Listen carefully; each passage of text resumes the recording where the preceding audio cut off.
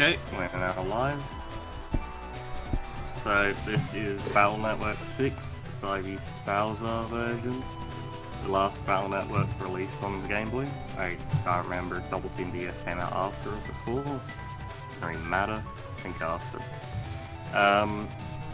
So yeah, this is a pretty cool run. It's different to the Gregor run, but that can be explained during. And Jameike will be running, so I'll hand it over to him. Yes, this is like Fat Kid said, Battle Network 6 Falzar. It's a lot different than Gregor, where you heat cross everything. There's actually a little more folder edits and all that fun stuff in there. But yeah. So I guess if everyone's ready, I can count now. I'm ready. Okay. On go. 3, 2, 1, go. Good luck. Thank you, thank you. I am also here. This is Arrow there. Why, hello, Arrow. Helping with commentary whenever Jameike needs it. I'll be randomly here to make sarcastic, quippy comments. But, oops, didn't mean to talk to him twice. But yeah, the beginning of the game is the same throughout the games. Talk to NPCs, they explain how the game works, the simple controls. And then we have the fun tutorial.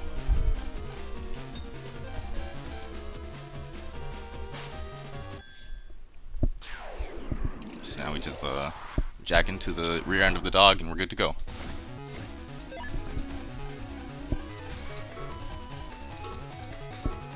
There weren't really any new mechanics introduced at this point in 6, so the tutorial is pretty much as it was in 4 and 5. The chip draw, however, is a little different in the 3rd tutorial because the air shots are actually star coded in this game.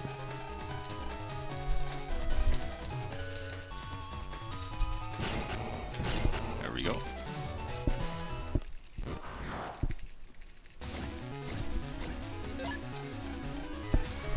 Alright, the first tutorial is very simple. It's just telling you, hey, you can have the same chip in the in the same screen.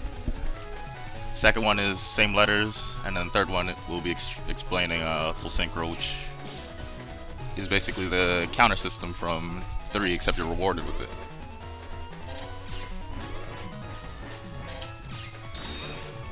Oops.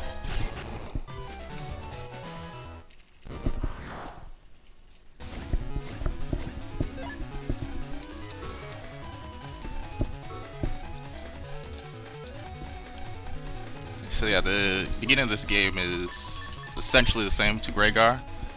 The differences show up when you get your first student teacher. The cross system. Yeah, so in the Falzar version, Jameike will be getting Aqua Cross. The best cross. Or Scout Cross, I suppose. Is not. It's no opinion, I guess. Yeah. Spout Cross is okay. It does pretty reasonable damage, high damage on the charge shot by the standards of any of the other Battle Network games, really. It does 60, I think, at base with Buster Attack. Yeah, it's 60. And it charges very fast. It does cause iframes on bosses, though. Which Unfortunately. It isn't very nice. If it didn't, though, it would be probably even better than Gregor. Ooh, this is nice.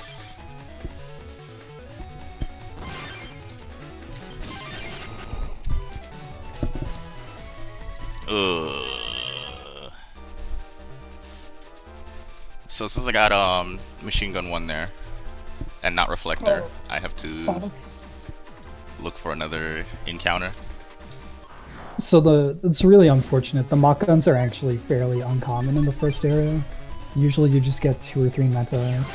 To get out of Central Area 1, we actually require a reflector one. So this is Marathon Lockout Express streaming. And there we go. He's also looking to counter hit the viruses, because in Battle Network 6, counter hits increase your busting rank, and he really wants A codes for his chips for folder flow. Mach-Gun A is good. It's a great chip. Does lots of damage, especially with full synchro when you get someone in the middle column. You can just evaporate them. Oops. Reflector A is the most important chip.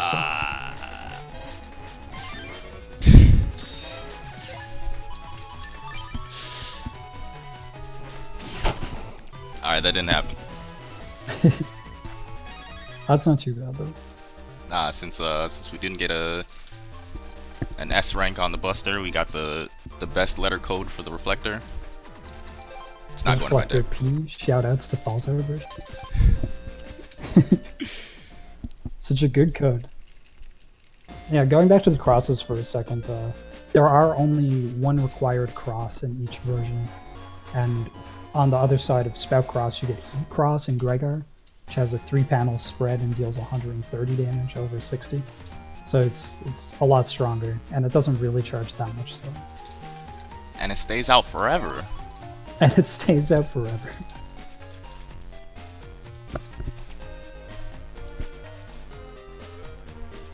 So yeah, we had to... Cutscene I skipped there, Lan's going to his new school. And because of their security system, he used to go see his teacher to get his student ID pass. So that's all you miss.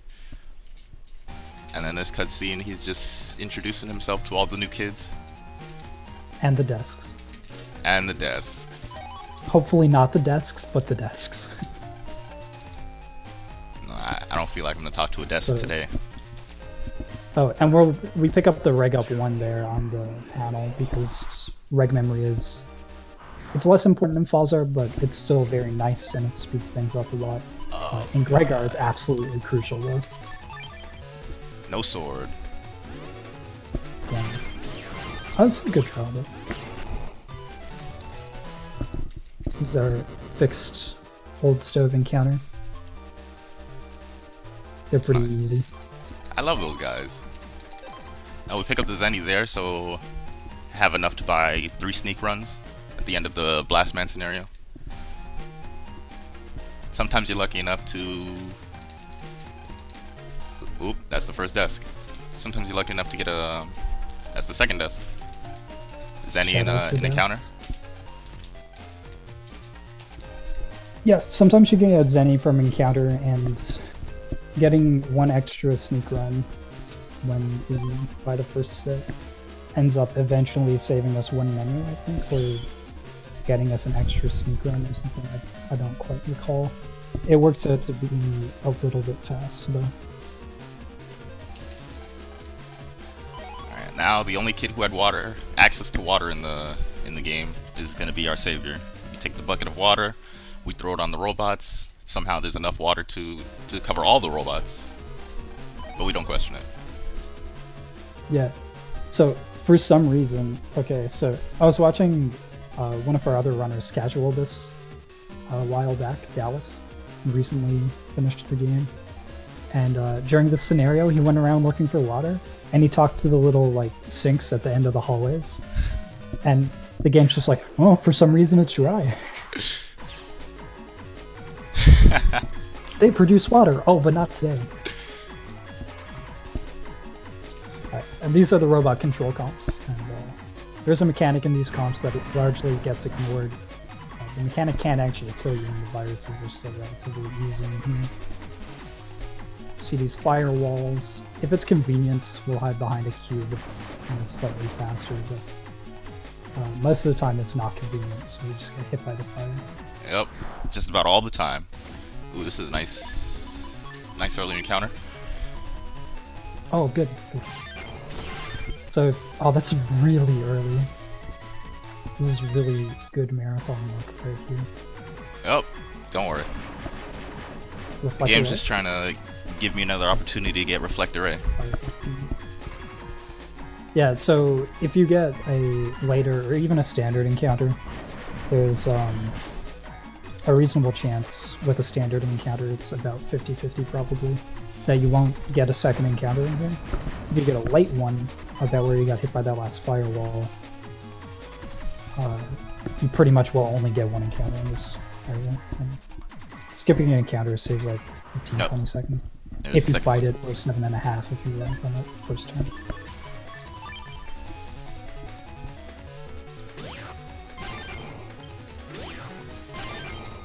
There we go.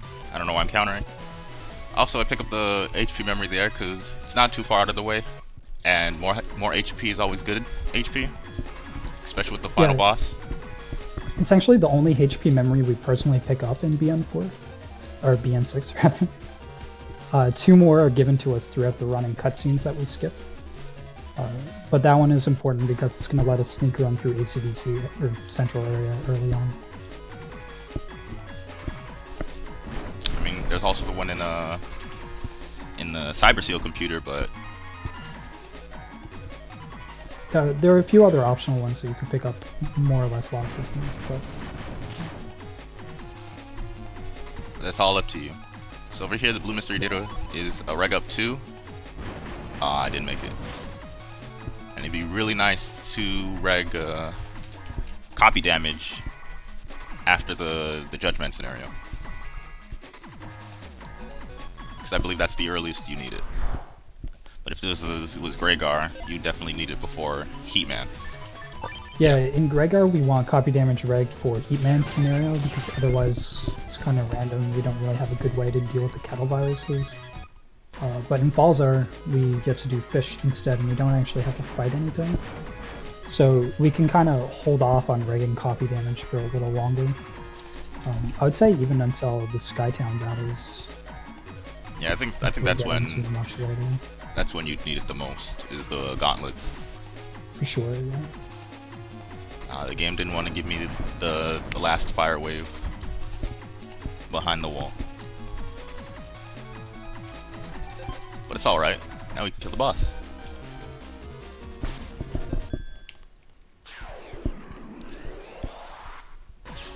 So we jack out here, and we'll also edit the folder somewhere in this run. But we jack out here because it's a little faster. We're pretty much guaranteed an encounter. We just run straight back to Blastman. And also the path back there is fairly long, so it's better to just jack out and avoid that. Oh, you only got one. You did have 2 ACO chips. You can put that mock gun in the next area. Oh, yeah, you're right. I totally forgot about the mock gunner. The Blastman's really easy. He moves 3 times, and then on the 4th movement, he'll attack. 2, 3. He's not gonna give it to me. Okay. Fair enough. And then most of the time, he'll do the attack that you can counter. Occasionally, he won't, because not a big deal. He's not being nice today. And if you stand by the cube, he actually always does this fire tunnel attack that you've just seen from me. Which can be useful. It's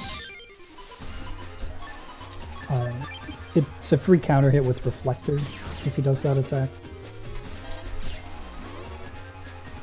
And then it's possible to counter hit him with Mini Bomb as well when he does it. Yeah, if I didn't walk back a little too far. The Mini Bomb timing is honestly pretty terrible as well. Nice 43-second fight. Sometimes the Blastman fight just goes like that, though. Depends on your draws. And if he's willing to come to the front if you get swords.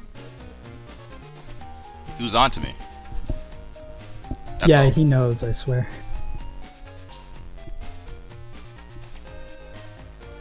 Yeah, now after the Blastman scenario, Mick sends us an email saying, "Hey, thank you for helping."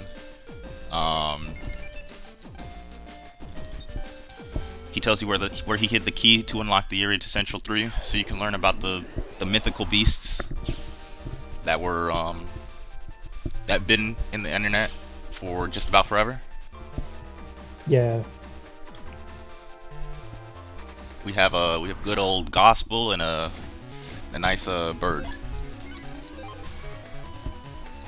Fortunately for this version, we're gonna be adopting the bird. Ooh, It's actually possible to get no encounter in Central 1 here, but it's pretty unlikely. But But if you can make it to the desk without one, you can sneak run sooner. That works out. It's all according to plan.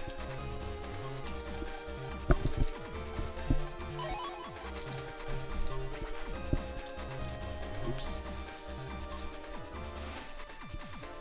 Reminder to get the reg up next time. Reg up? No, I skip it. You skip that one? Yeah. This After is after you fairly told me relevant. about the one in the trash can, I was like, okay. Fair enough.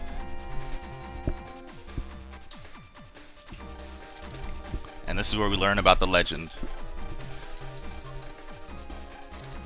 That is the best beast. Don't worry, everybody. This version we get float shoes or air shoes, because just about every enemy breaks the panel on the floor. Oh yeah, dude. You'd be surprised how often it happens. It's a very good ability to have. Rhaegar Beast gets super armor. We don't want that. We Ugh. just want to walk on nothing. Air shoes. All right, so the reason why Mick has his best friend Plata with him is because he went to the aquarium and didn't know the penguin was following him this whole time. So now we gotta figure out what penguins eat by the biology teacher, who knows what penguins eat but isn't quite sure. So now we have to go talk to the assistant, who should be the real teacher, and see if he can find us some fish.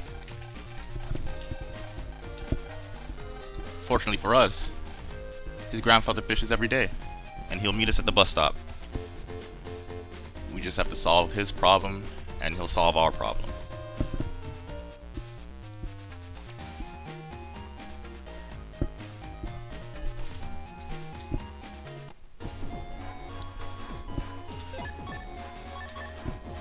Yeah, so this will be our second fixed encounter. It's the icebox fight. Oops. 3 viruses in here. Might as well. I was wondering if you were going to, but Jameike did reg Reflector 1, which is it's a really good chip. It's one of the best chips in the game. Gun, which is a good idea. For full edits, we take out the L codes first. Go down, please. Nope, he did not go Okay. down. You got so many chips anyway, that's fine. That's still nice. Yes, it's good. And honestly, if this fight is 1 custom gauge, that's pretty much optimal. It doesn't get much faster. I could have got trapped by the bubbler, and that would have been fun. Yeah, I mean, you could have literally died, so, like, definitely could have been worse.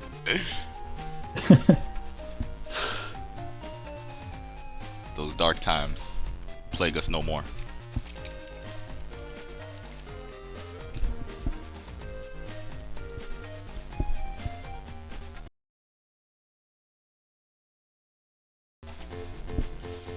Alright, so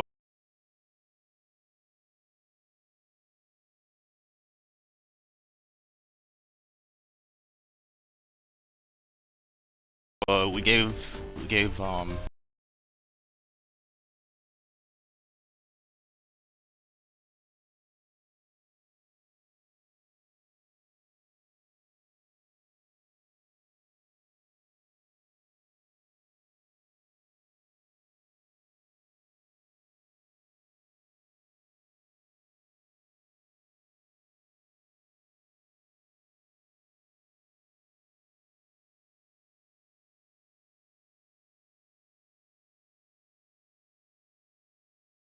this navi here, because I believe if you run up to change areas, I believe Mega Man says something about it, or is it Lan? But yeah, they won't let you advance unless you talk to him. Yeah, you have to talk to the panicking Navi that runs back and forth. Can you stop for a second? Apparently this stream is freezing. Oops. Oh, it's back, actually, never mind.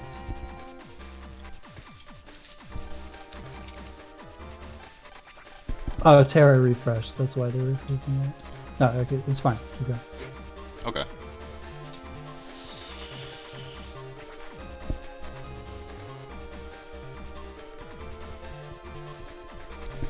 Yeah, so So basically, we need to figure out that this panicking Navi that we just spoke to is the repair guy. He's panicking because he lost his tools. He needs his tools to clean up the water from the pipes on the internet because reasons. So we can get into Seaside, so we can check r/Seaside and figure out why there's a penguin following Mick around. It's all in fun and games until someone slips, falls, and breaks their neck. Their virtual neck. Yeah. It's a nice hand. So naturally, where else would the plunger program be than Lan's bathroom? So we have to come in here and fight this Metar with a plunger on its head. This is a really bad draw. Literally any A code that does damage, or any star code that does damage, would make this fight a very fast 1 gauge. But instead... Yeah, I was hoping at least air shooter. Or air shot. The reason that this works is there's actually 1 frame between each hit of the reflector. So it hits the back Metar 1 frame later when he's started to let his guard up. So full synchro plus reflector clears it out super fast. You can actually do it with 2 reflectors as well because the counter hit timing is so lenient in 6 that if you stand directly in front of the first Metar, a reflector will actually counter him. Unfortunately, I only have 1 reflector. Yes. But it will come up occasionally. Though rarely. Usually you just get a cannon or a crack shot. Oops. And now we get to do the very crucial trip to Seaside 1. Please. Ooh! I was really hoping that'd be Zenny. Whenever you see a gold mystery data, you don't pass it up. Spread 3R? That's sad. There's not much that would really help us, honestly. Zenny would be nice, I guess. Oh, I messed it up. It was a foolproof plan until I messed it up. Well. Are we still alive? So we'll technically get 2 encounters in Seaside. And it's pretty important because to get to Seaside 2, which we don't have to do now, but we'll have to do later, Oh, thank goodness. you need a train arrow. Which he got. Okay. So the 2 encounters in Seaside Area 1, it's so important to get a train arrow for optimal times because this is the only place where we're going to get encounters that we have to deal with at all that can give us train arrow. Technically, you can get it in the aquarium, and you do run through Seaside 2 or Seaside 1 in the future. The rest of the times you run through Seaside 1, you can't get encounters. If you use sneak run. Yeah, there are 2 trips through with Spoutman where you use sneak run, and then another trip where you're doing soul weapons. You can't get encounters during soul weapons. Also, there's actually a trick we can use to skip all of the encounters in the aquarium comp. And hopefully we'll remember to use it consistently. It works kind of like EXE4's glitch, where you open any menu, except you just hit L to switch to LAN and back, and that resets your step counter. So here we're at the nice color palettes of Seaside Area 1. I mean Seaside Area. Seaside Town. Where the whale is pink and the inside is nice and forgettable. Did I say EXE6? I meant EXE4. We're running the English version of BN6 just because Jameike prefers that at this point. The Japanese version has slightly fewer text boxes and saves you a fairly negligible amount of time. Yeah, other than that, they're the same. There's a glitch in the game that is slightly harder to use in the Japanese version. That's it, though. It's the only real difference. So we went all the way to the aquarium just to realize it's closed. So now we have to advance a day. Do the Navicus tutorial. And then go see our good friend Mick in front of the aquarium.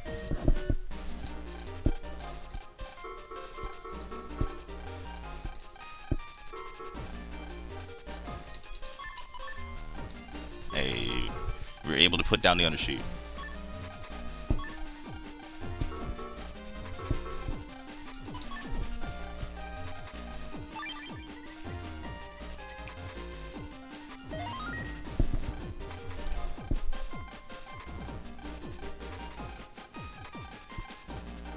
But yeah, one of the main reasons why I run English is because sometimes when I'm running, I kind of forget where I'm supposed to go, and pressing L in a language you don't understand will just leave you in confusion. So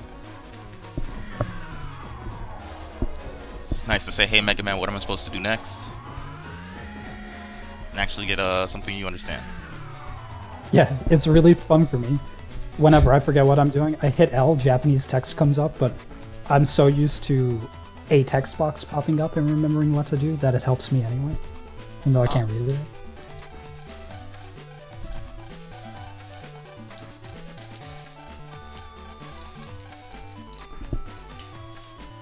So I never understood the joke they were trying to get with Mick here. I guess they're saying he's a big mouth.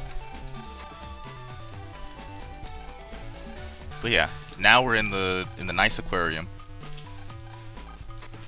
where we have to talk to every information machine to learn about the sea critters trapped inside, so we can advance the story. Yep, this is required, and it's actually relatively good game design. They make you do this because you need the information later. Though, let's be honest, no one actually read these things casually. And you just trial and error comps. That's how I did it. Alright, so the reason why I skipped the reg up in Central 2 is to pick up the reg up in a trash bin right there. It's so convenient, and it's right there. Plus, to reg copy damage, I believe it's only 12. So if I picked up the 2 up there and skipped this one, I would be at 13. So I'm just barely hitting it. Yep. So now that we learned everything about each critter in the aquarium, we would be going home, but unfortunately, the guy we saw yesterday is stirring trouble in the aquarium and released all the animals. So now we have to go set things right and put them back where they need to be. Not the wild, of course.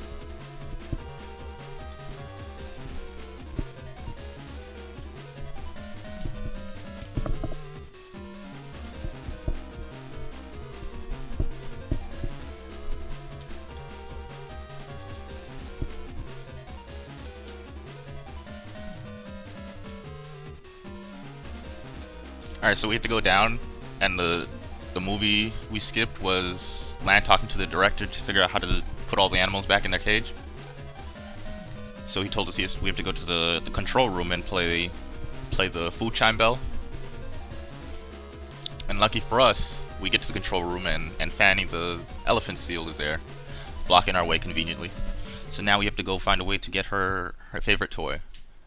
And the cutscene we skipped with the little presentation earlier was the trainer showing off the animals and the different tricks they can do, and showed us Fanny's ball is her favorite toy, and she'll always run up to it to play with it.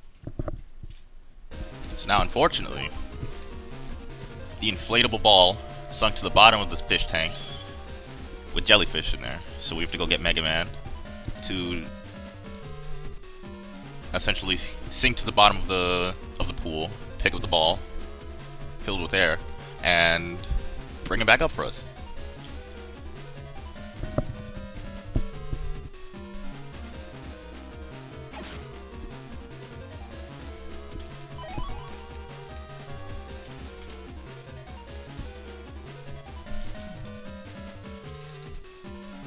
Okay.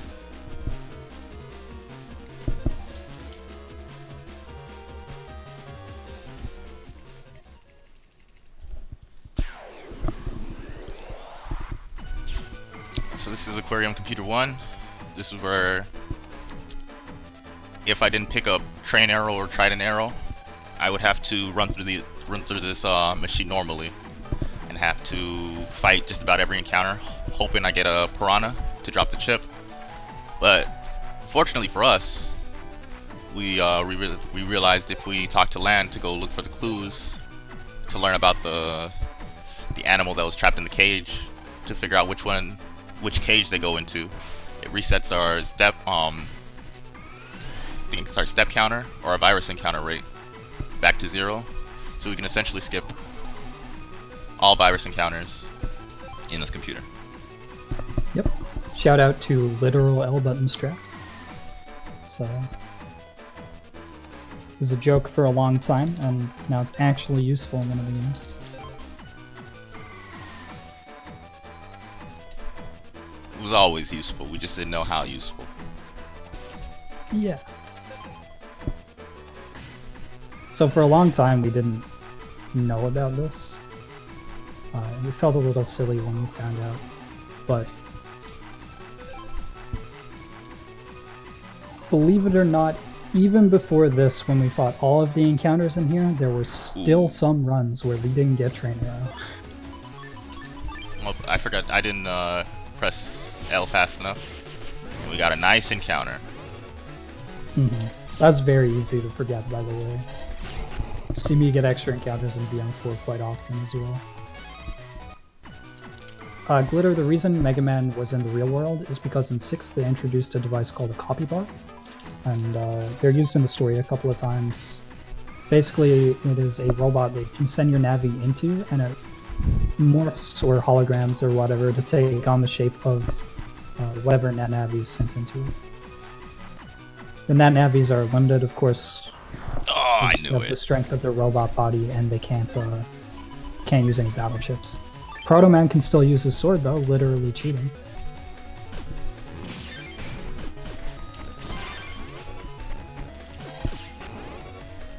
I thought I'd get away with that, but unfortunately I did not. I was 2 steps away. Well, that's 2 encounters for this so far. That's still a lot less than normal. Like, this trick saves a lot of time. Saves a couple of minutes.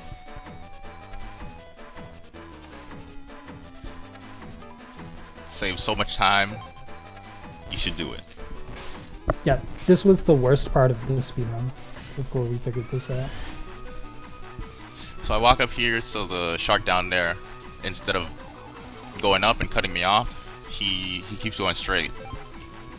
And then realizes I went on the top row, turns around, and tries to grab me. Oh, I should... Ooh, I pressed L.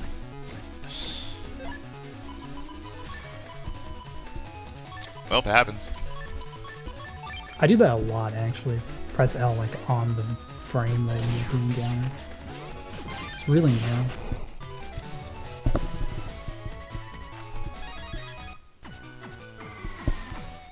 Well, But on the bright side, Reflector Red makes most of the fights in this comp pretty easy. and we also got the best chip. The one we'll use to kill the final boss. Big Wave E.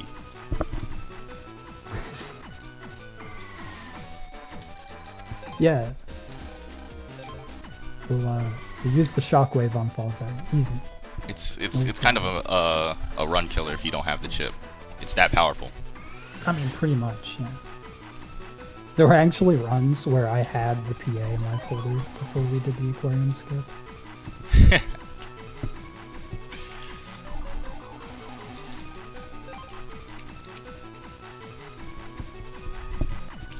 We saved all the computers. I should press L before I try to leave this area. Fool me once, right? You cannot start the dive man fight with full synchro, no, bro. It removes full synchro when you walk into the cutscene in front of dive man. Which is unfortunate. Because we all know Very the Dive Man fight is the best, most anticipated fight in the run. Yeah, no, I would definitely take an encounter on purpose to set it up for dive man, probably.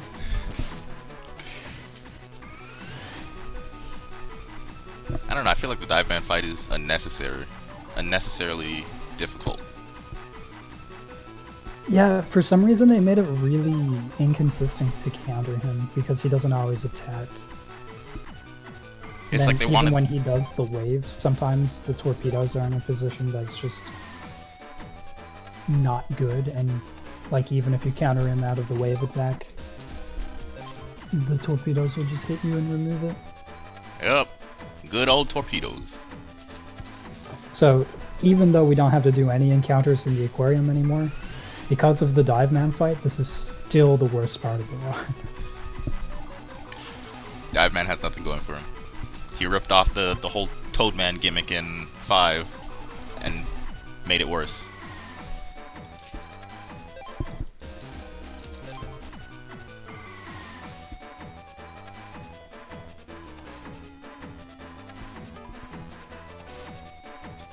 Ooh, I made it without the encounter. So this Nice. part, I don't know what I'm doing. Uh-oh. My fault. I hate these swords. I need to get them out of the deck as fast as possible. Yeah, swords are really not as fast as you might think. They're pretty bad in BN6.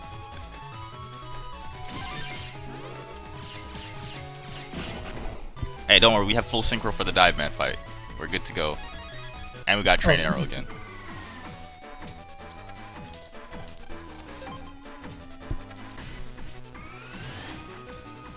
Nope, not this time.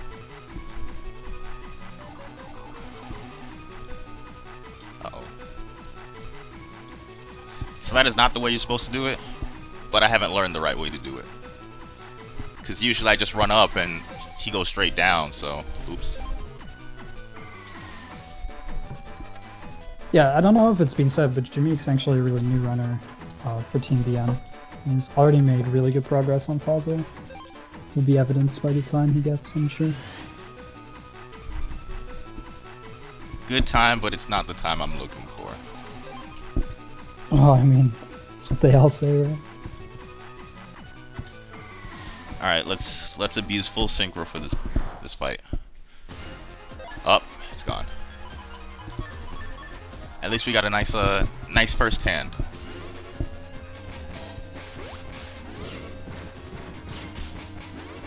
So dive ban. All right, there we go.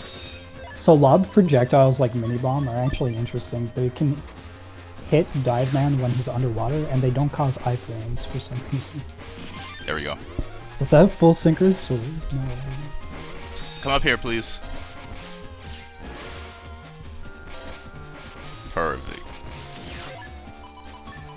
Oh, he's at 10? Alright. Thanks, dive man. Oh man, this is actually a really good fight. Dive man's my friend. We do this back Not and my forth all the friend. time. I hate this guy, dude. Dive man sucks. Yeah, 28 seconds is really good. You can get sub 30 time on the dive man fight. Dude, doing well. Oh my goodness. You can get low 20s, but it requires like a full synchro train arrow or mega energy bomb. Oh, okay. Even then, it's still only like 24 seconds. That was a very fortunate dive man fight for me. Every time, Yeah, getting just about full every time he synchro came up, off- he shot the mines out. What happened? Getting full synchro off the mines is super lucky. It's hard to react to, and it's random whether he does that attack or not. I usually just try So to you wait it kind of out. just aim for the timing every time and hope and pray. So the email there is what is it? A thank you letter from the Seaside director, giving us a nice useful feature called the tag system. And for the longest time I tried to implement it. So we can have the good old spreader hyperburst program advance. But unfortunately it was a bust. But yeah, so what we're doing here now is we went to bed, we fell asleep, and Land, like the rest of us, fell asleep in class and got in trouble. So he had to write his vocabulary words. I believe it's 100 times each. So he had to do 3,000 words. So he's been there for a while. But now we get to meet the best operator in the game with the best navi in the series.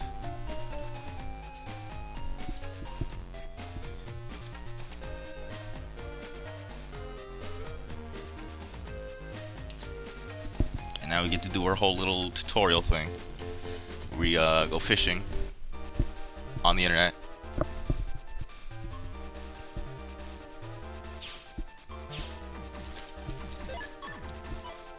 You say that, Lucky, but technically we don't even have to get an encounter in Toy Robo or Robo Control 2 anymore, so that strategy, well, it wasn't good to begin with, is completely out now. Yeah. For a long time, I actually thought the tag system was going to be really good in Falzar as well, but it's still not consistent enough to compete with Beast Out, unfortunately. I mean, if we're gonna keep the swords in the deck, then when you get the Expo folder, just take the longsword out, tag the wide and the regular sword and the longsword, and then just hope you get a wide sword for sweet 400 damage. It's like at that point though, the PAs are really only a consideration for the Falzar Beast fight, so I don't know. It's hard to say whether it's worth. Oh, it's not worth it. And the wall there is the reason why we need a train arrow, because it blocks us. And I've had a run where I didn't pick it up, not at all first time I came through here, not at all when I was in the TeamBN computer, and I got it after 5 encounters. Lost myself a good 7 minutes. Oops. Fortunately, if you do have to farm it, it's not that big a deal.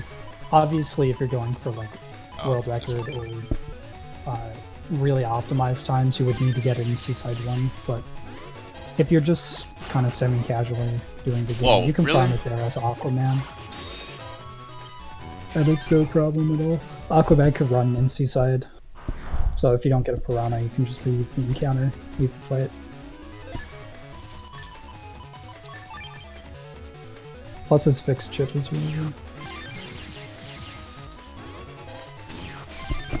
I always want full synchro for the next fight. I mean, you don't always need it, but I feel like it's necessary. No, absolutely. Full synchro on the water tornado, whatever that ship's called, is really good. Aqua shower. Okay. So now we can proceed to the best mini game in the series. Yeah, so now we get to catch fish. So there are these cyclones that send Aquaman up high into the water and he can swim around. We have to catch these fish. Casually, you might remember running around and chasing the fish until they stop moving. If you actually go in front of them, they always move in the same movement pattern every time, so we can just walk towards them and they swim straight into us. Except for one. Seaside 1 swims off to the side even though he's not facing the way. Or it might be 2. One or two of them. I'm trying to remember which fish it is. It's like on the right side of the area. It's so dumb. I hate him. Yeah, I think he's also facing down. So. Yeah, and he just swims to the right. Here he is.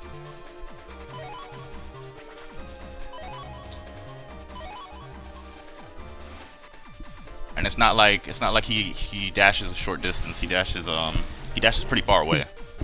He goes far, and then you're like, well, I mean, he's almost at the edge of the area. There's no way he's gonna go right again.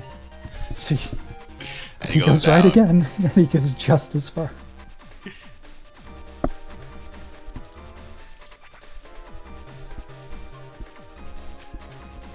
Wow, that's fast. Yeah, so once you're used to the scenario, you can usually get it before the gauge drops to yellow, which is at about half. When it drops to yellow, you get text boxes, and it's slow. But honestly, as long as you can get them all in one cycle, it's pretty good.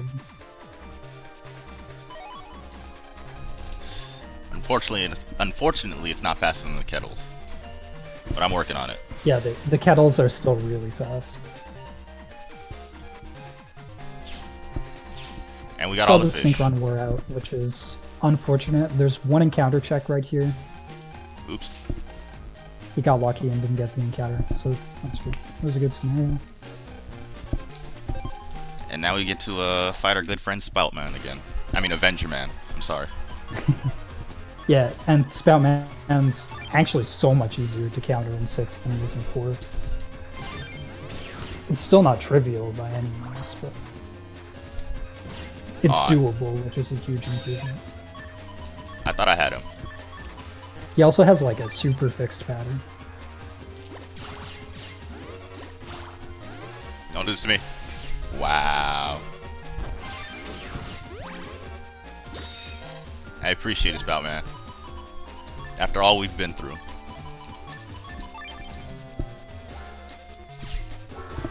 I should get him before. Oh, this chip draw is just unfortunate.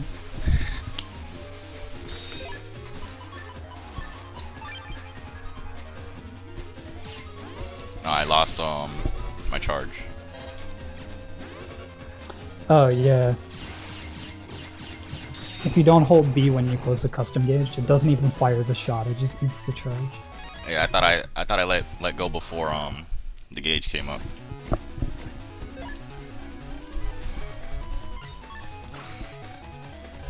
But And we get Spoutman A.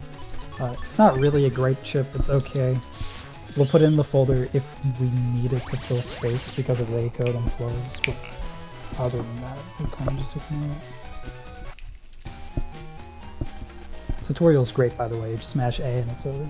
oh, it's so nice. I like it. Well, now we learned how to use Spoutman and Spout Cross. So now we can call it a day and start the best scenario of the game.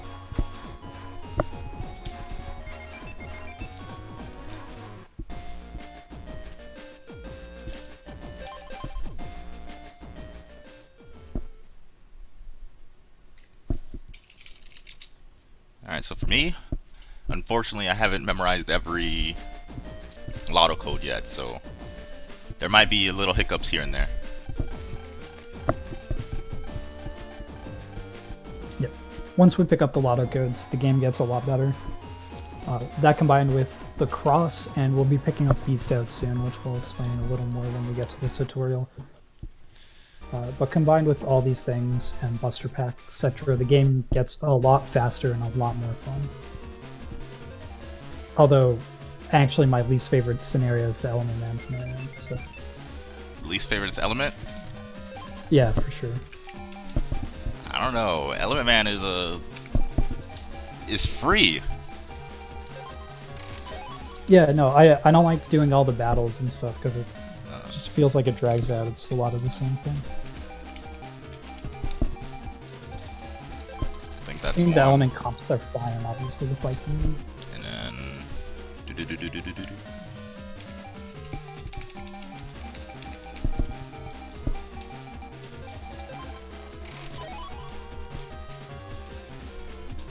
Those are all the ones I use. B, where's the other L?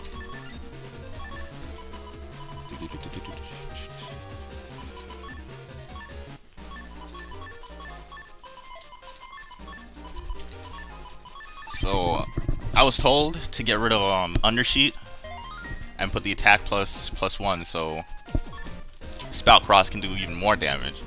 But I'm not at that level of comfortability with my skills, because I still get deleted a lot. Yeah, speaking of, reminder to save it for the hard stuff. Okay.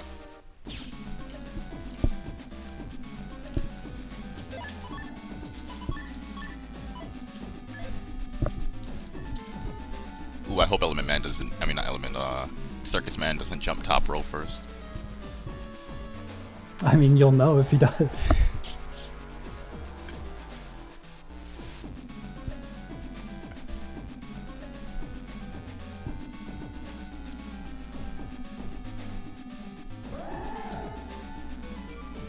So the cutscene we Lucky, skipped. you end up with Color Bug, which is considerably worse. The color bug. Yeah, it gives you a random status ailment at the start of the battle. It could be blind, confusion, Ew. some other stuff. I'm so Where does glad not having the attack +1 lose time? So glad I haven't experienced that yet. Like at the most, you'll lose a charge shot in beast out here and there. That's about it. Alright, so this should be the second time I'm going up, so this should be soul weapons. Compression undershirt doesn't make the navi cost any better. Sadly. There's a totally different setup that you would use to keep attack +1 on.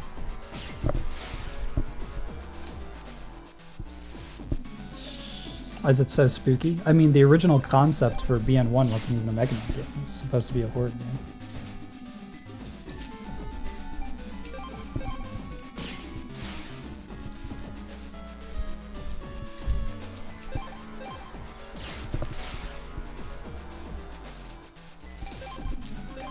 I definitely enjoy the spirit fights in this game.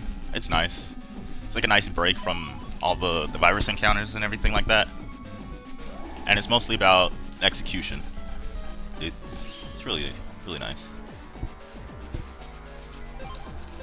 So if you mess up or if you run out of soul weapons before you get to the end, it's your fault.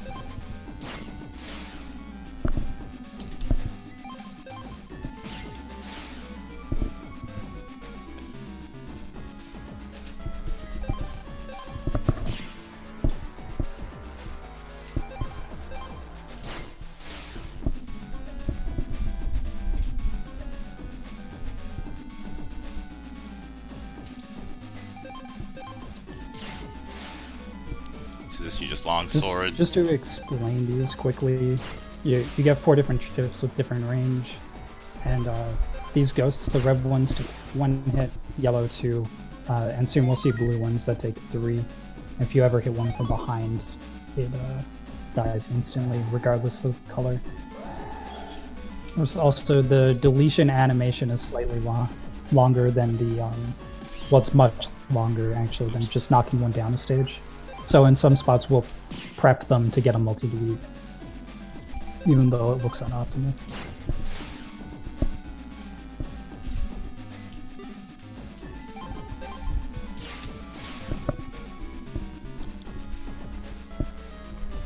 Let's see, can I get it?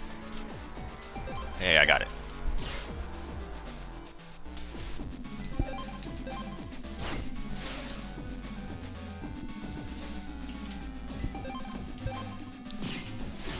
You want to keep as many soul weapons as you can for the end, because they turn into bug frags.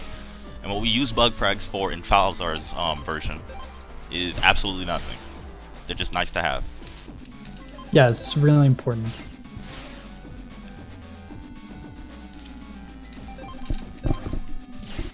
Technically, you can save some text boxes and waiting time if you end with 0 soul weapons because you don't get any bug frags.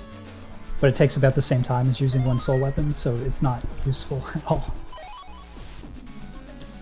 So the cutscene coming up, what Mega Man does is, I think he... Oh no, that's the wrong navi. I was gonna say he opens up his chest and he downloads the Psybeast's data into his own body, which is what incapacitates him. So earlier, the clown we saw did the same thing with what's his name? Gregar, G-Beast, and I guess he has more room for downloads than Mega Man because we'll be seeing him shortly. He's not incapacitated. He's not corrupted by power. Nothing like that. Hopefully this is the only encounter I get in this area. Fortunately, I can run from it.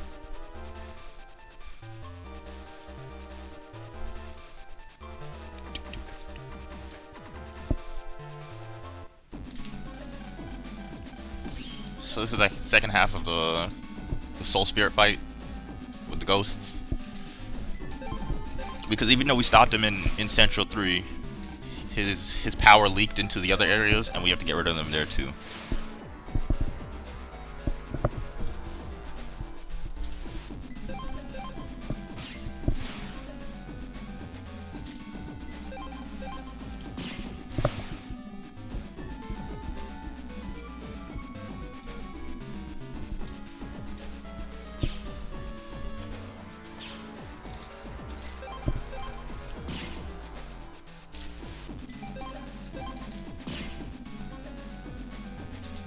Actually, I want to shoot the two back there first, so I can longsword them, and then just be able to take out this wave with the axe from behind.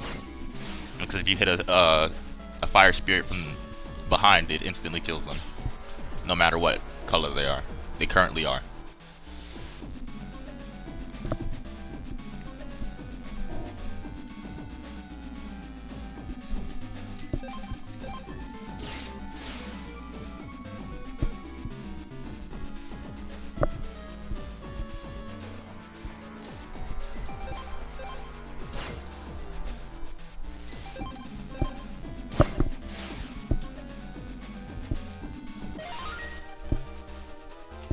That's Seaside 1.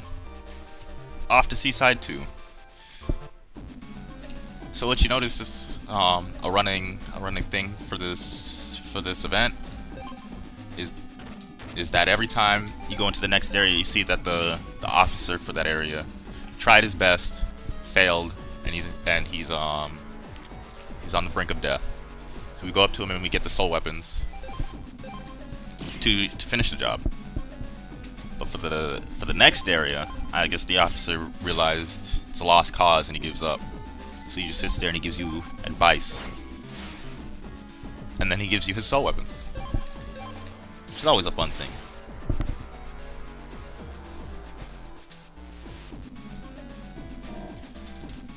Let me not slide down there.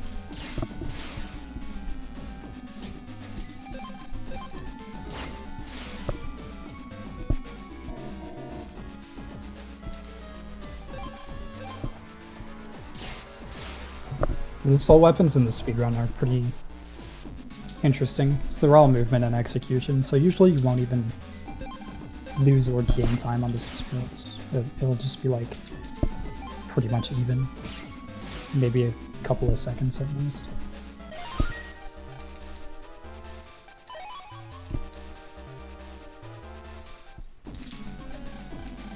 And this is the last area.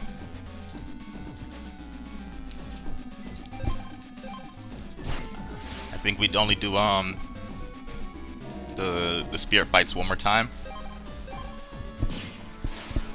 for another 3 areas, and then we won't be seeing them anymore, unfortunately, in this form anyway.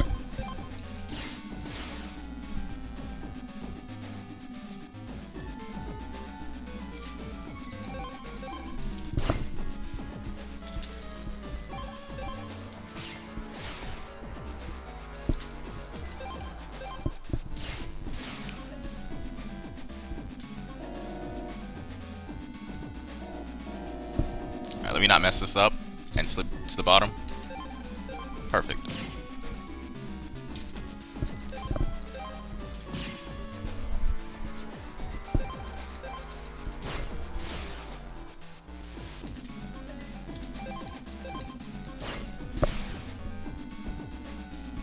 Pretty sure there's a better way to do this.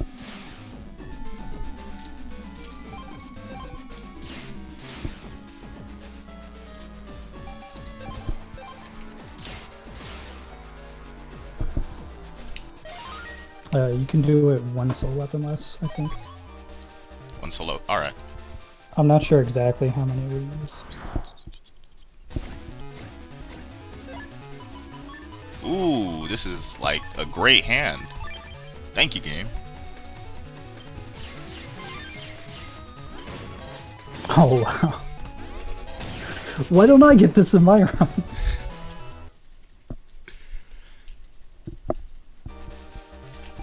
Game was apologizing for earlier. But yeah, so what we have to do there.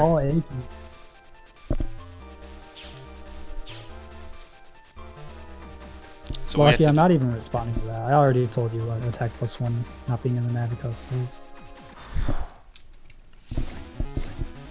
Ah, I got an encounter. Dang. Good job, Scott, man. Runs It really as fast as they swim. feels like you almost always get an encounter there. But I think the percentage is actually somewhere closer to 20 or 30. Okay. So now that we gave Mega Man the medicine, he's able to tap in and harness a little bit of the power of the cyber piece. And Unfortunately for us, it's the better Cyber Beast.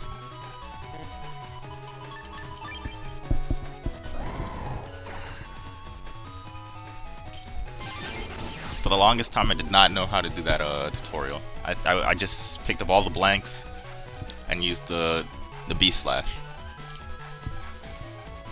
which was nice. Yeah, the TAS actually uses the mini bomb. Really? But Vulcan is... Yeah, I mean, if you fire Vulcan at the right time, it's technically the same speed as mini bomb, I think. Mini bomb might be a few frames faster, but it's a lot harder to time. This is the last sneak run I need. I don't think I'm purchasing anymore. You get 2 more for the Colonel scenario, yeah? Oh, really? I don't know, I always just ran from the encounters. Maybe. I mean, you can run from the encounters. Since we can run, it's only 7.5 seconds to do so. Which, I mean, I think it only saves any time because you buy both sneak runs at once. And it would be like a second or 2, probably. I'm gonna have to have fun with this. No, it does not.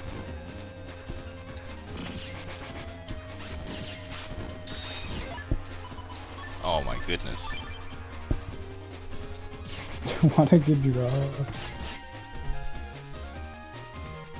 Oh my god. What is this? Now I get the chips. Bye, Circus Man. Yeah, just in time. I just need to clean up the deck.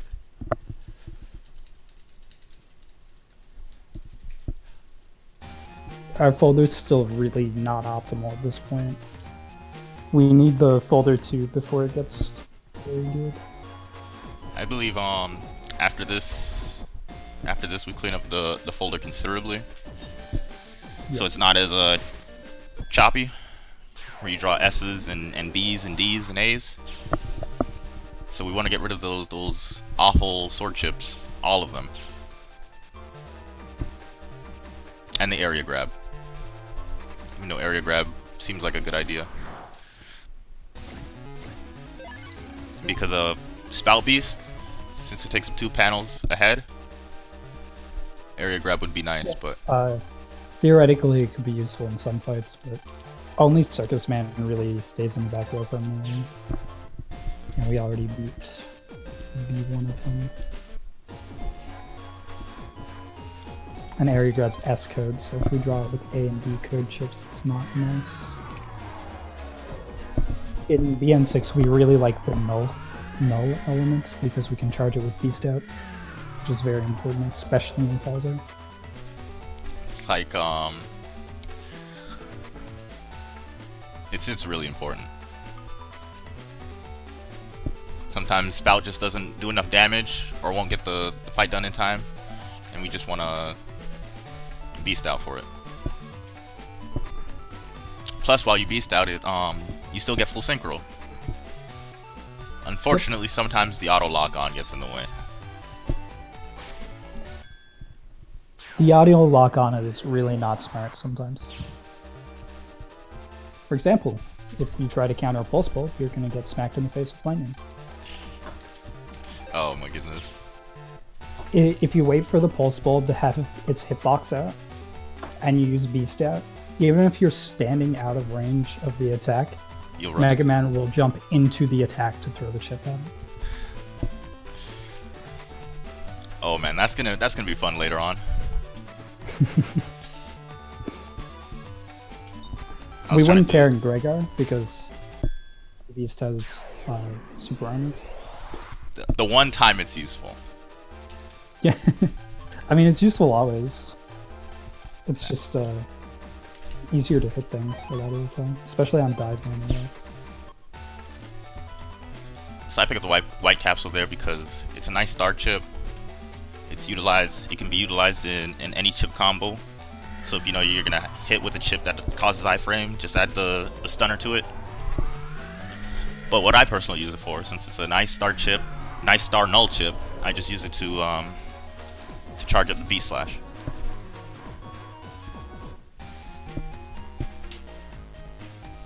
So I believe I'll be removing 8 chips from my deck.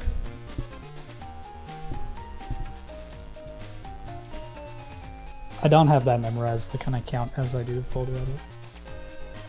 It's also usually slightly different every round.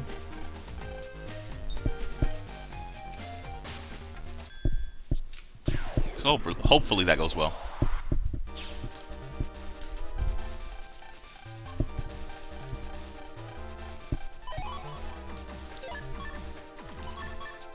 One, two, oops, 3, 4, 5, 6, 7, 8. Yep.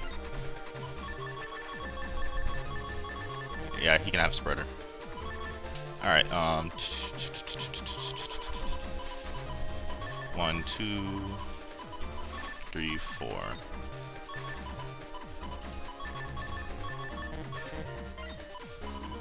And get rid of as many swords as possible.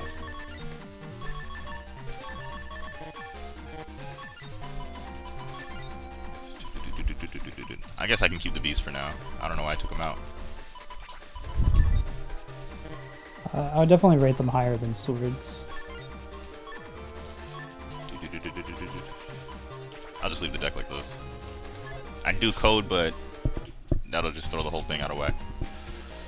I'll probably code it later. And then after that, since we passed the test, we have to go do a quiz. And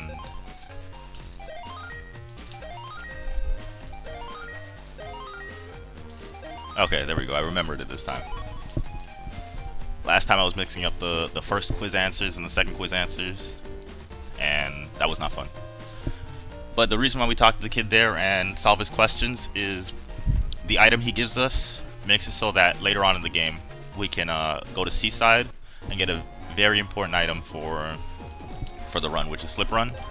It helps us avoid encounters and helps with the movement on the net, because it lets Mega Man slide from one point of the screen to the other until he hits a wall.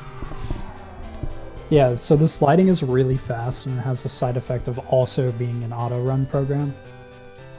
So the way that encounters work in Battle Network is it doesn't actually check if Mega Man's running or how fast he's moving. It checks whether or not the player is holding the B button.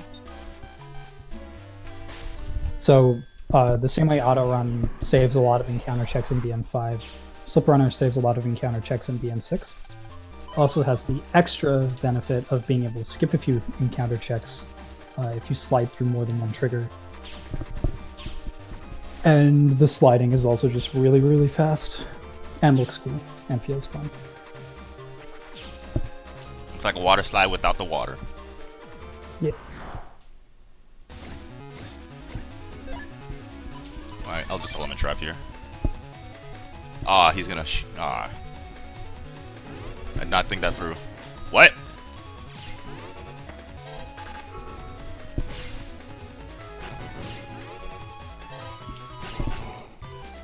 It ate the projectile. Yeah, if they're higher than Mega Man on the battlefield, it does that. That's my fault. I'll remember to put it in one day. A detrimental bug if you don't have BIOS installed on emulator.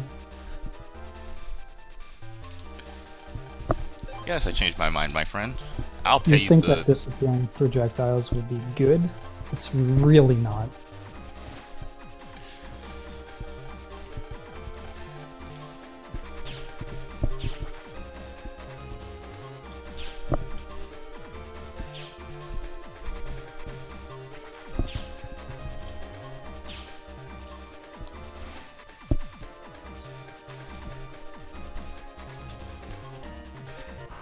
Oops. I can't do anything. Should have just spouted. Eh.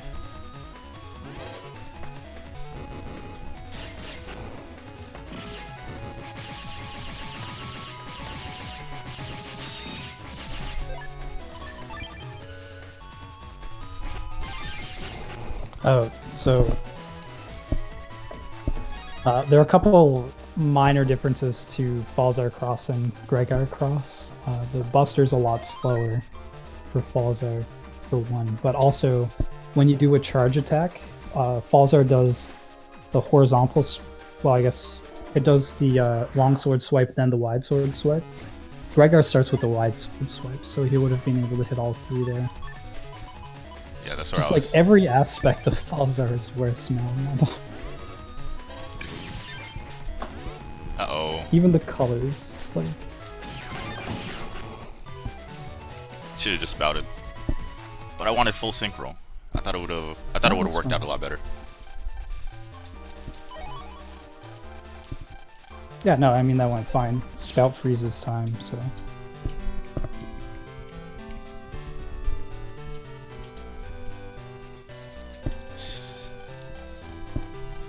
So now we got to talk to every NPC in this room to learn more about the Judge Tree. And the Judge Tree is a magical object that fuses a machine and nature to prosecute all cheaters accordingly.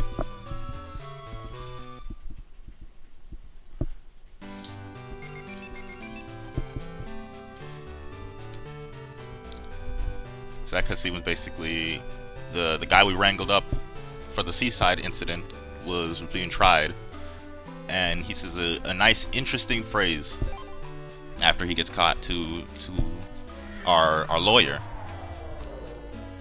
kind of like solidifying that the lawyer will be our next antagonist for this area.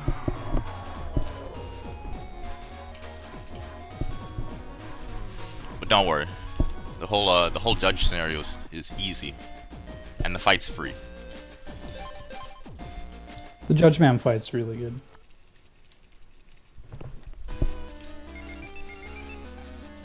If you think these fights look trivial in Falzar, by the way, even more so in Gregar. Turns out dealing 130 damage on your charge shots was really good.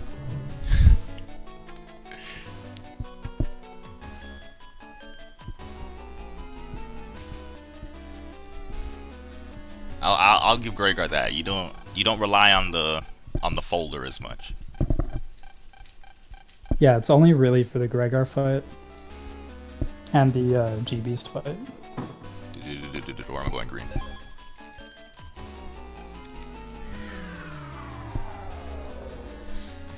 We gotta go to green first, then the seaside to get the Undernet 2 password. Money hats. I still don't understand why they won't just let you put the codes in if you already know the password, but I understand they want you to go through the whole sequence. Yeah, I kind of wish they'd let us. At least you don't put in money hats, but if they let us put in 153, that would be nice. We got a nice amount of text boxes here. So how's chat doing today? How's everybody? Go grab a snack, grab something to drink, and we're back. It's the longest chat sequence in the game. Fat Kid actually counted the text boxes, and there are more than 40, but I don't remember the exact number. So now what we have to do is we have to find an alibi for our dad because he got arrested for tampering with the Judge Tree. But we know our dad didn't do that. Our dad doesn't leave the house. He's always getting framed, always getting kidnapped. The son has to bail him out.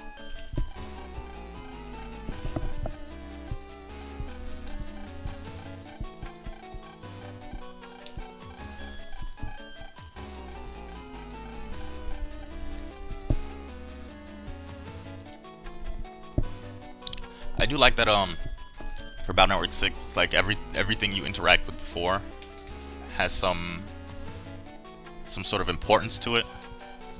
So like, they don't just usually introduce something and it's a one-time thing. It's you come back to it. Yeah, and even throughout the story, they do a really good job of making sure that you've already seen all the tools you need to progress. Like in the second round of the Pavilion Navi selection test, They have like the little mini quiz things. Maybe it's the first one. I think it is actually the first one.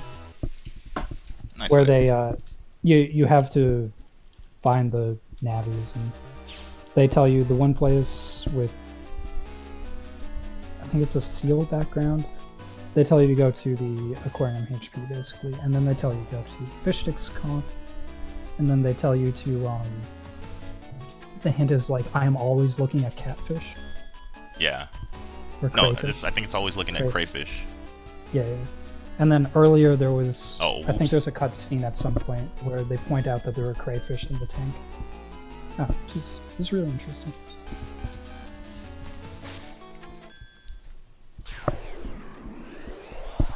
Feel like they try to tie everything up as best as they can, so nothing feels left out or pointless to go to.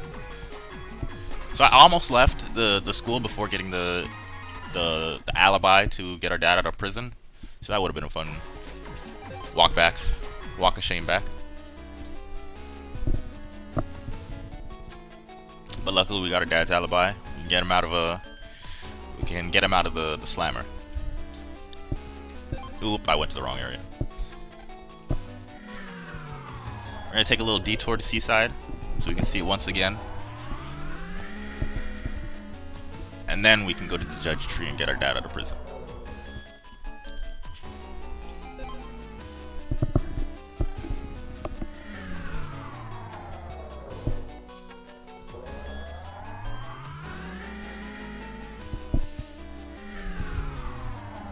Catch yourself on one mistake and you make another. Yeah, overworld movement of Battle Network games can be really brutal because if your mind drifts for even a few seconds, you very easily find yourself running in the wrong direction or doing the wrong thing. Here's our dad. He's about to get electrocuted, just like everybody else. But yeah, I would say for Battle Network, overworld movement is the most important. Well, Battle Network 6 anyway. Overworld movement's the most important because every little mistake adds up. The battles aren't really that hard. Like you have some fights like the beast fight, but other than that, beast fight, final boss, and who's that one guy? I'm trying to think of Dive Man. Well, Element Man could be a problem too, but other than that, it's mostly your overworld movement. Yeah, there's a little bit of RNG in some of the fights for chip draws or whatever, or you can get extra encounters here and there, but honestly the bulk of the time save is in the overworld movement. And it doesn't really feel like it, but man does it add up. Especially in internet areas where a few extra steps could get you an extra encounter in some cases. Very evident in Robo Control 1. Although sometimes you just get 2 encounters because the game doesn't like you. So we made it to the judge tree, and now we will save the world from being electrocuted. I mean, personally, I don't mind being tased, but it's not for everyone.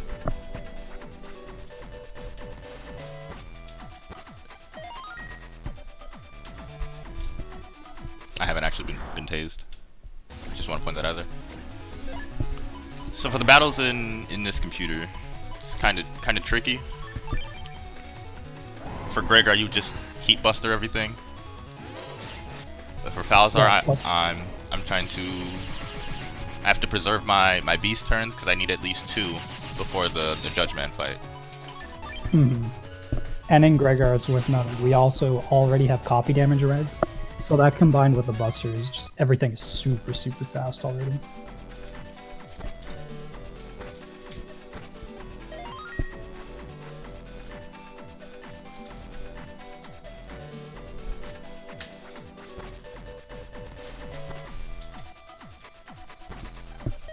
So the whole gimmick of this area is step on all the switches in the vicinity without backtracking. Yeah. Or stepping on a panel you've already stepped on, because then that just brings up this whole annoying sequence of breaking the law, and It's not fun. But for the last computer, we're gonna skip it at the end and use it to our advantage. It's a lot faster than running back around to do the computer normally. I'm gonna save before I do it because I've been unfortunate enough to get caught by the gavel.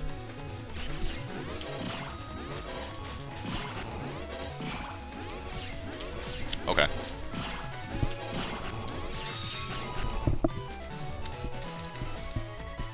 I'm releasing a little too early, you guys.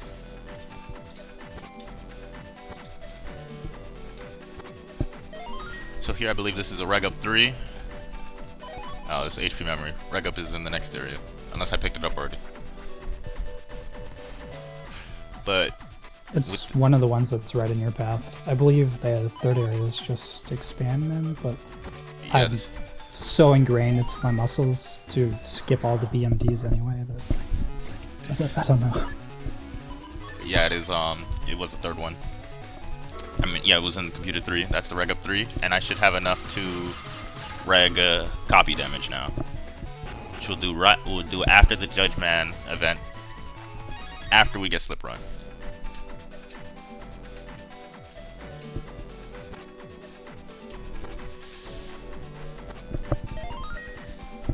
So we're gonna do a nice save, because it's happened before, and I believe it'll happen again.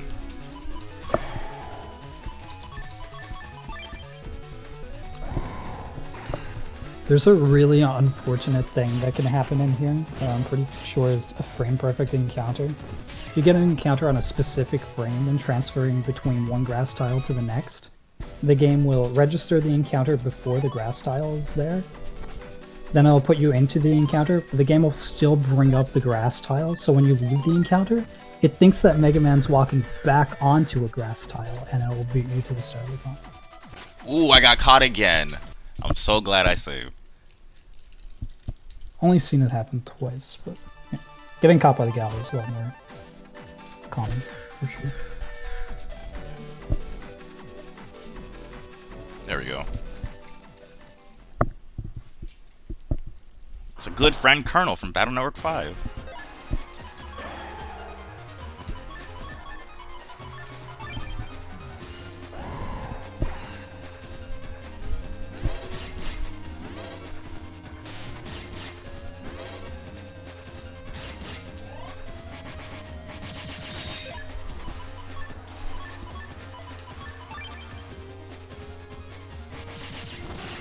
There we go.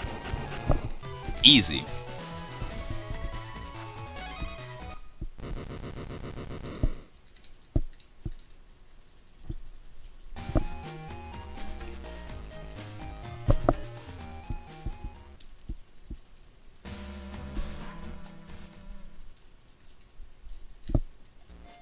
So now, before we go to Sky Area and continue the game, you have to go a little bit out of our way to get a slip run.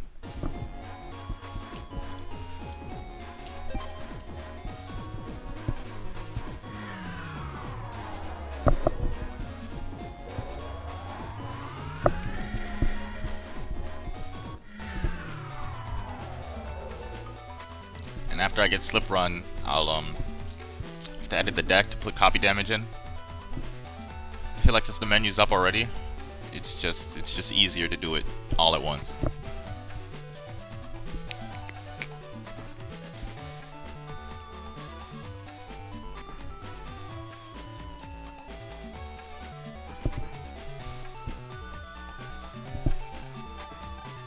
Okay.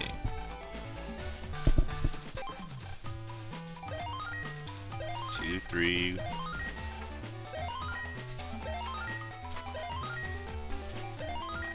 Two. Ah, I messed up.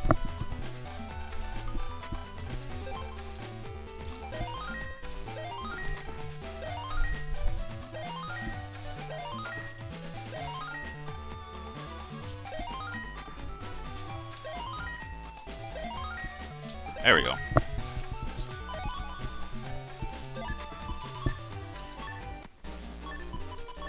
And now we have our trusty friend Slip Run.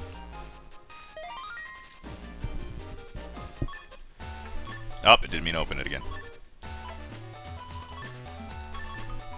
Where is it? Here he is.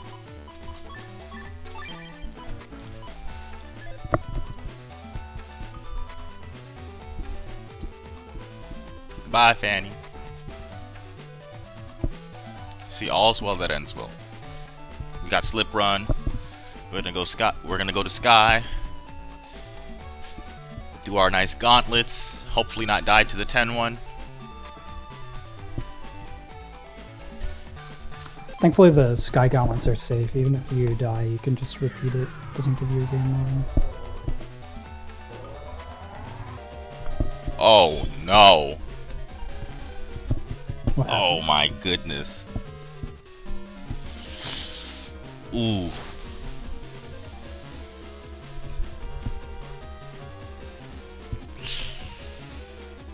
Ah.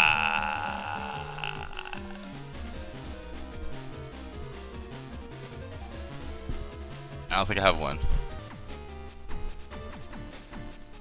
Oh my god.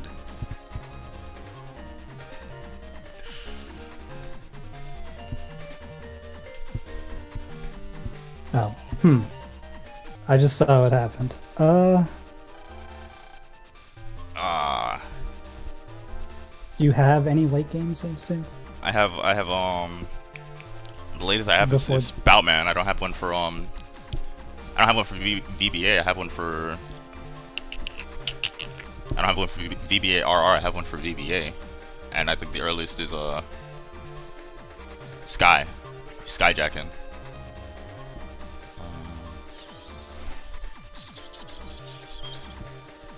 Let me see. Yeah, I don't have one for. The latest I have is Colonel.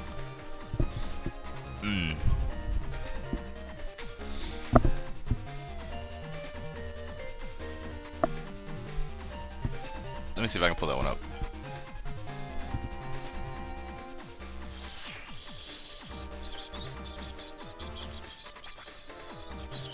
Where is it? Where is it? Where is it? Where is it?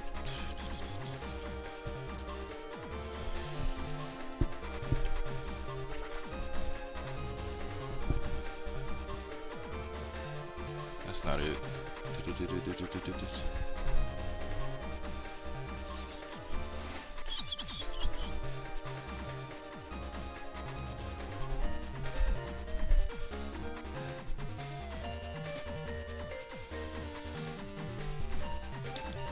Give me 1 second.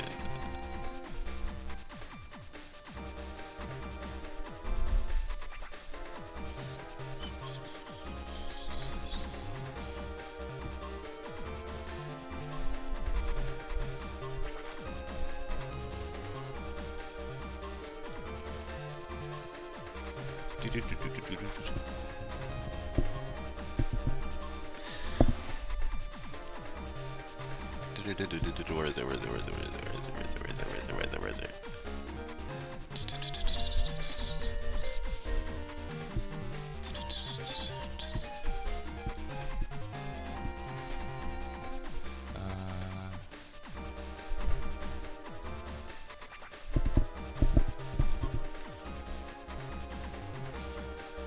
I have aquarium computer.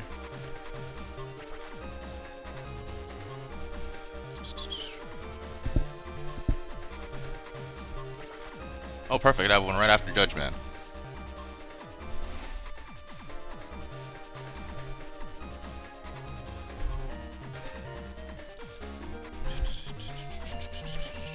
Just.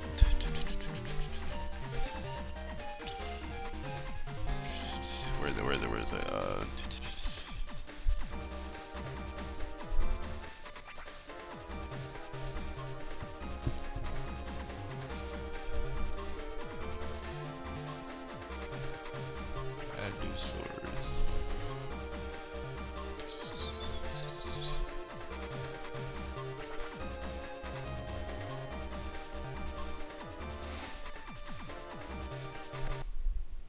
See, it all worked out in the end.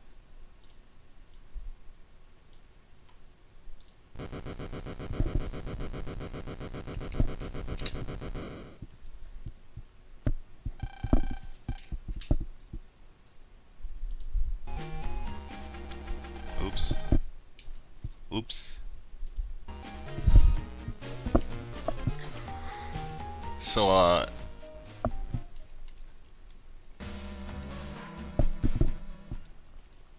at least we're not that far behind. I just have to go get a slip run again, I believe.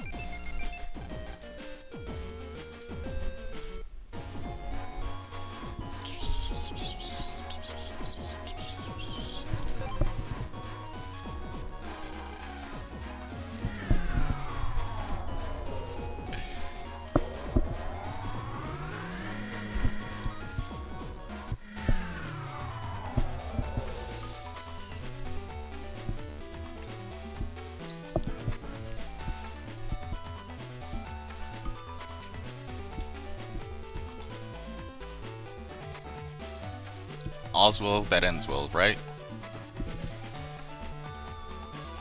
I mean, could have been worse.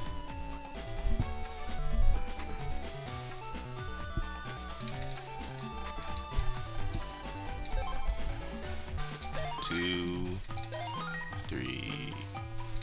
Oops.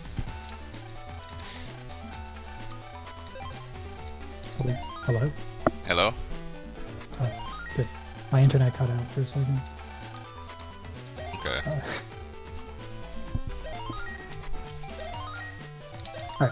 Alright. Did you figure out the save state situation? Yeah. Okay. I have one for right after Judge, man. Okay, that's not too bad. So I just have to get slip run again. Yeah. I think I have to do the expo folder edit too. So that's gonna be fun. Alright. Yeah, I mean, it's fine. That's not a big deal.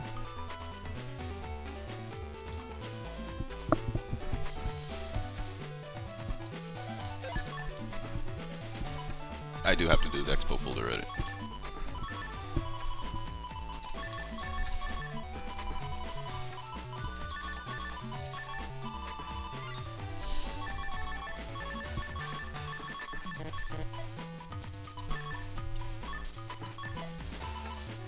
Do you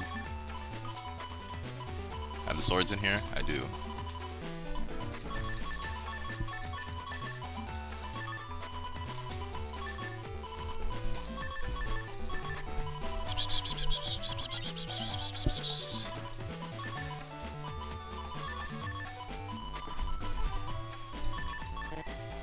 Oh, okay. How many am I missing? One? Just one. 3 train arrow Fs and a wave arm F? How long ago is this save state from?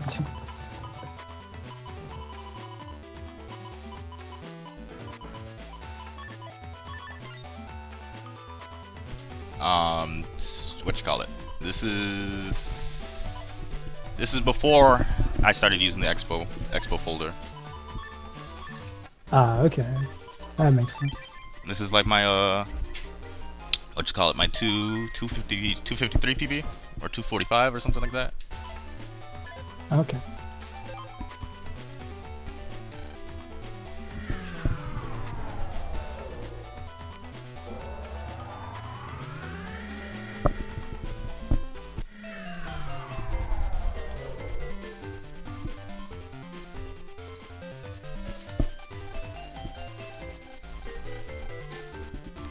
Oops. So now all we have to do is do what we normally do. We jack into the little shower head here to go get ourselves some nice dog treats for the internet, and we're good to go.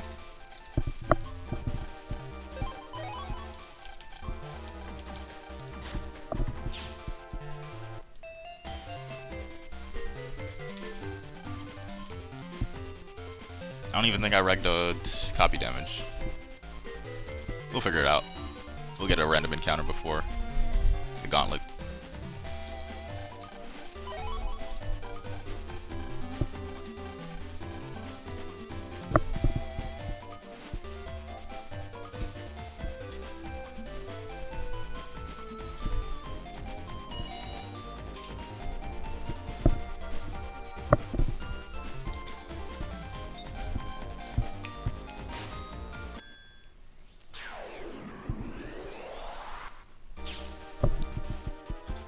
So we want to talk to him right here to get the link from our PC to Sky PC for later on.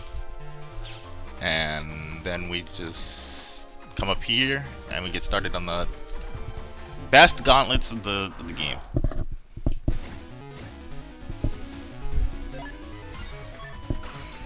Oh, I have a crack shot rig.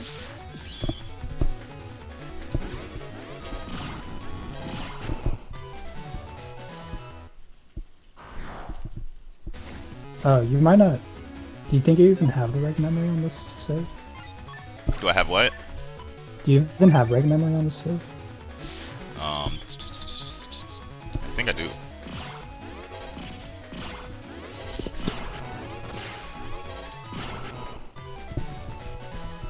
And I'll see if I have enough for rig memory. I probably have 13 instead of 12.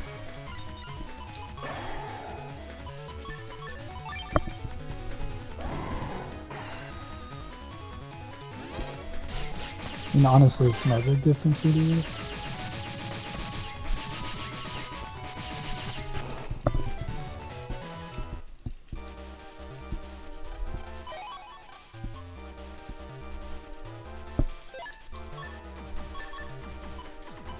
Where is it? Where is it?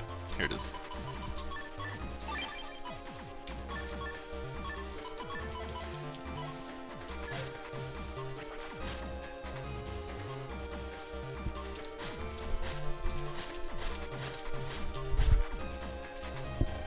Ah, nice no encounters. Yeah, I mean, it's not very likely to get one, so you think that it's happen every time.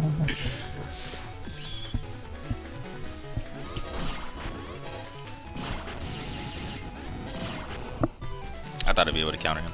Oh well. Actually, I don't even remember if I would have had full synchro this match. I don't think I would have. I don't think it carries over.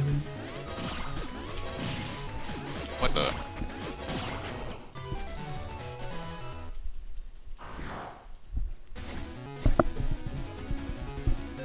I know full synchro doesn't carry over between the gauntlets. And if you spout cross, it shouldn't give you full synchro. But there are times when you can have a soul unison in 4 and end a battle with the counter hit, and it'll give you full synchro in the next one. So I have no idea. Okay. Hey, our favorite enemies. I can't do anything with this. Even if I counter him, I can't do anything with this.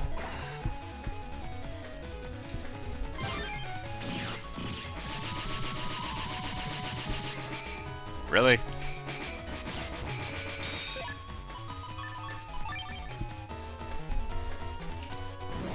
Really? That's my fault. Ah, that's why the bust is so useful. I don't have to be in the same lane.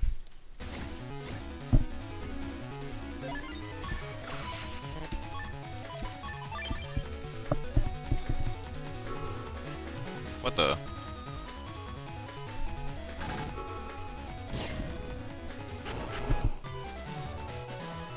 All's well that ends well.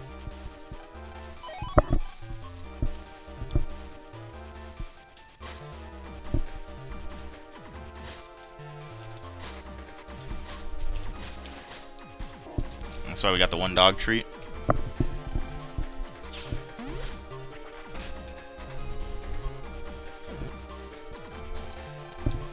Now we're at the 5 consecutive battles.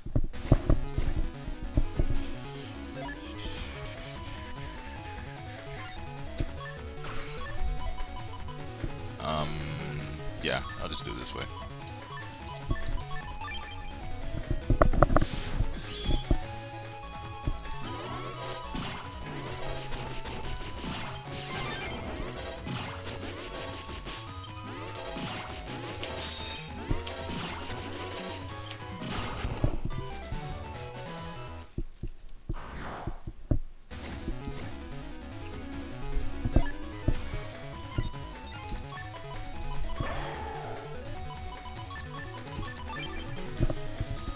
Don't get to try this out often.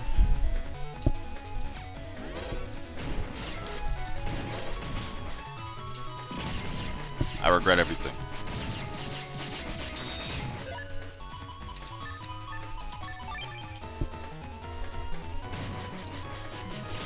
Huh?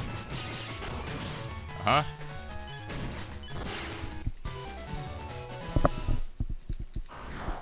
Fourth one. Third one. Wait, so why can you get quaked with air shoes again? What was that? What? Why can you get quaked with air shoes again? Oh. Oh my goodness. Why am I still...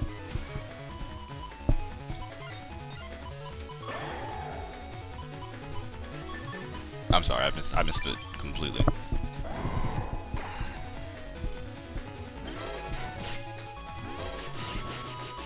And I took copy damage last.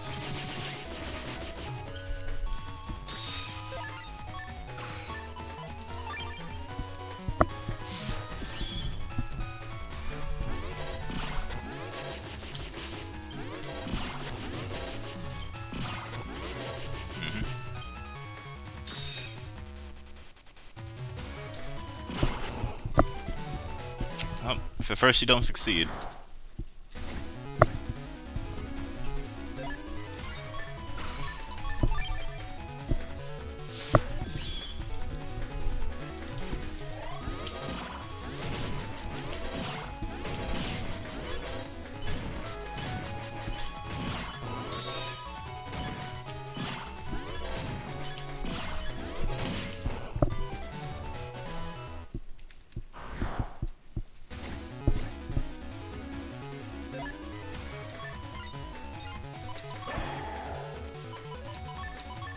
Alright, we gotta tag the one on top and then kill the one on bottom.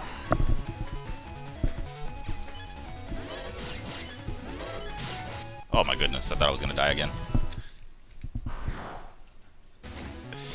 Yeah, this fight's honestly dangerous in Falzar. If you don't one-shot the beehive guys, it gets pretty bad.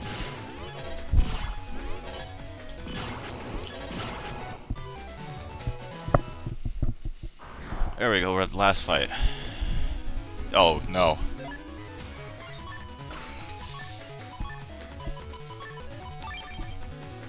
I think this should be fine.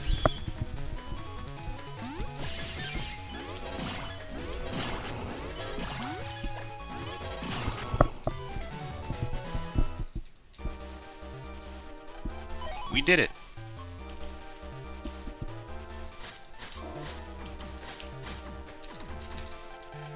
Ten consecutive battles. Don't worry, it's not as hard as the 5 consecutive battles. There'll be less dying. Actually.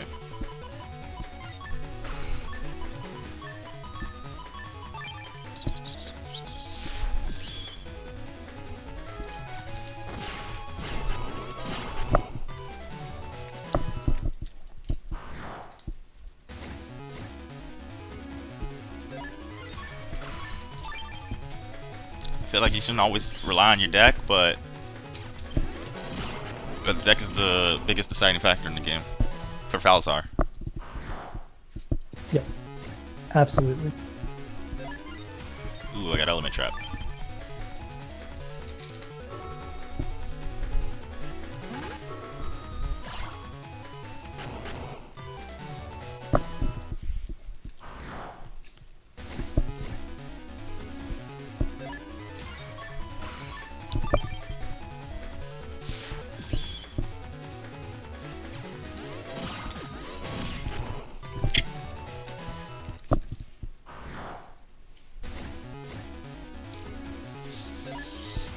Alright. I think this works out. Should work out.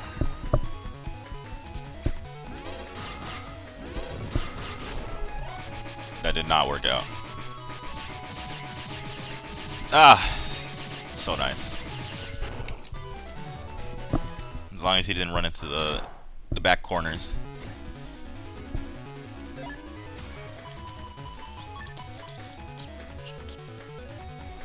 I have the cannon. wrong thing.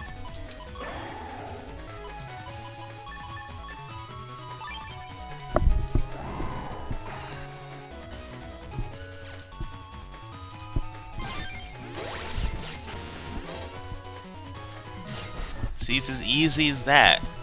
Just counter the bulb, and you have no problems.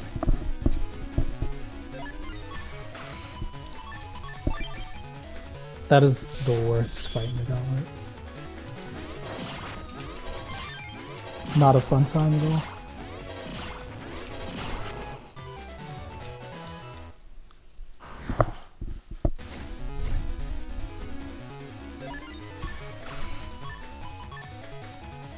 Actually, I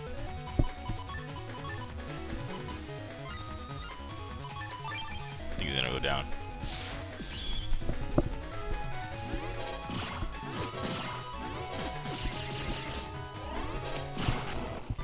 I was expecting that first, but it still worked out. Took a little damage. It's not the end of the world.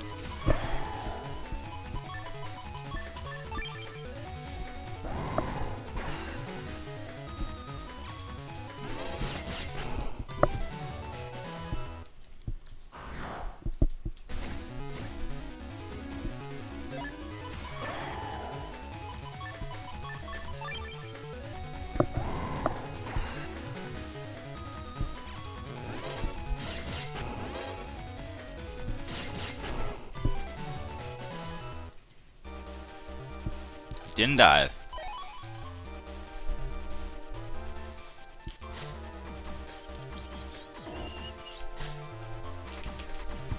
So now we collect all the cards. We advance to the next stage in the tournament. But unfortunately for us, our good friend Mick got kidnapped. So now we have to go save him. We have to go save his Navi. Now we no longer have any more bugs. Yeah. No Navi edits required. We're just miraculously cured by this BMD. See, and for saving Mick, we get kidnapped. So now we have to go find a Navi to save the Navi that went to go save the other Navi.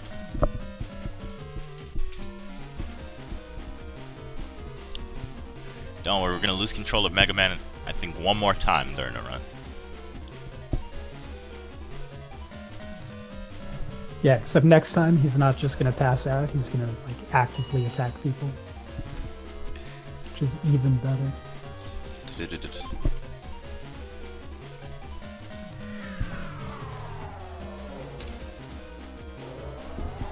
Is he really a good friend? I think he's a good enough friend for being introduced in the last game.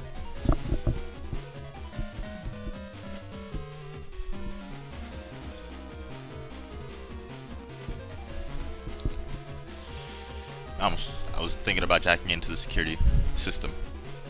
But luckily, our best friend's here, Avenger Man. He's gonna save the day.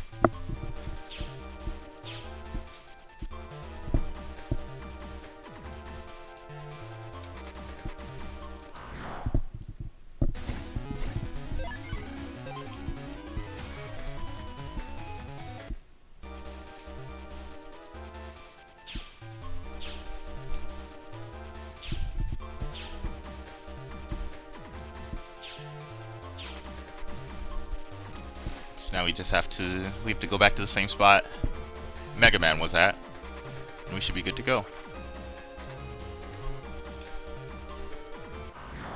Dang, I thought I got the manip right for no encounters in this area. Dude, is Aquaman? No way.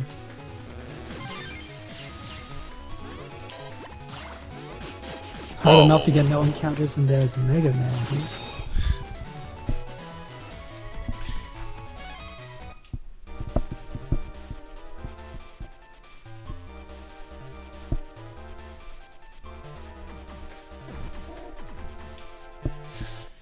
No undernet encounters, please.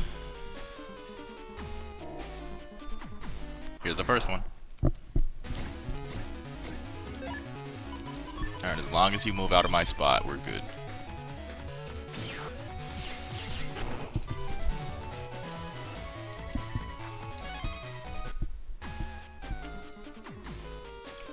Here's the second one. I lied. Wait, you got 2? Oh, okay. Was concerned for a second. Oh man. Thought I was gonna get the second one. So I got 4 encounters in Seaside 1 once. It was really fun. ooh. Did you get train arrow? No. Are you kidding, dude?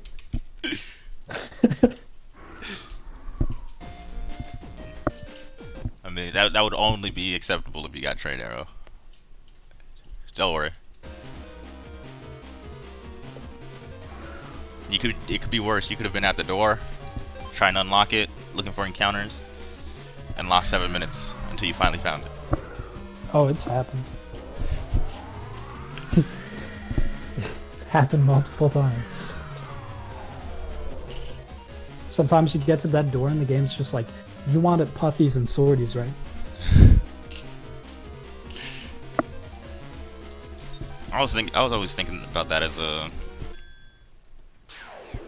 I guess, a backup if you don't get it in Dive's computer. Yeah, for sure. So that way you can It's still probably, honestly, actually faster to do it there than it is to do it in Dive's computer. Since you can run from the ones that don't have piranhas in them, and Aquaman has a fixed chip that's really good at clearing the encounters.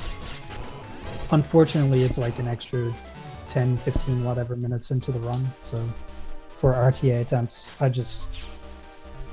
I'll take like 1 or 2 encounters in Dive Man's comp. If I don't get it already, so. train arrow the run killer.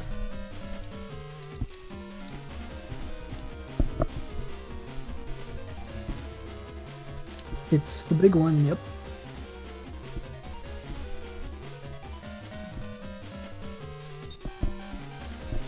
I don't know if I have enough money to pick up the two extra rush foods. How much do you have? I don't know. I have to open up the menu after this fight. I was really hoping I'd be lucky. 6,000. What? Hmm? I still have a area grab. Oh.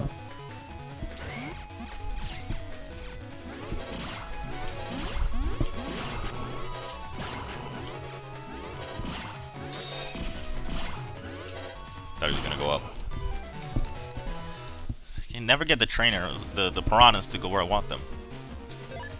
I have 75, so I do have enough. Alright, they're 3,000 each, I believe. Yeah. Yeah.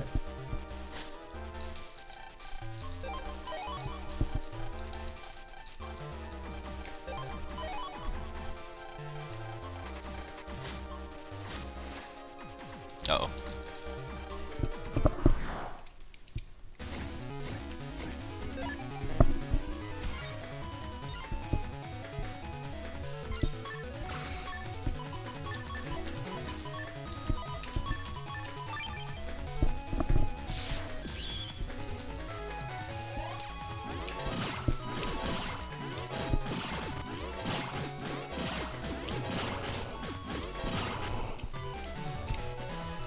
I thought that through.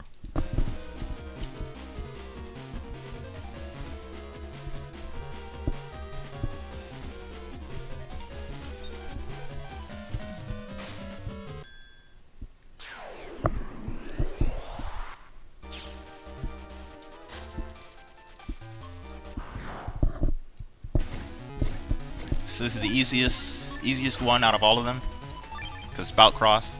I don't know about Greygars. Wow. That one's actually quite easy in Gregor as well. Oh yeah, because they run into it. The hard one's the one with the stupid starfish. Starfish is easy. You just Not in shoot the bubbles dude, and really heat cross and wind and bubbles. you shoot the bubble, then you run all the way to the front, and then you shoot the buster, and then the fan will push you to safety. Oh man, it is so bad in Gregor.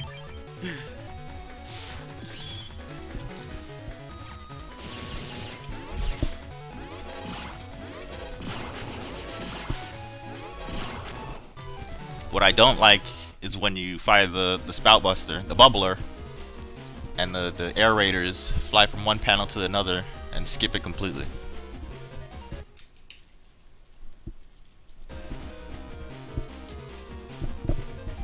Hopefully it doesn't happen. We found a dead man in the closet, you guys. It's only normal. When the villains get serious, that's when stuff starts to happen. Oops. I keep thinking there's no real transition from the door to the outside.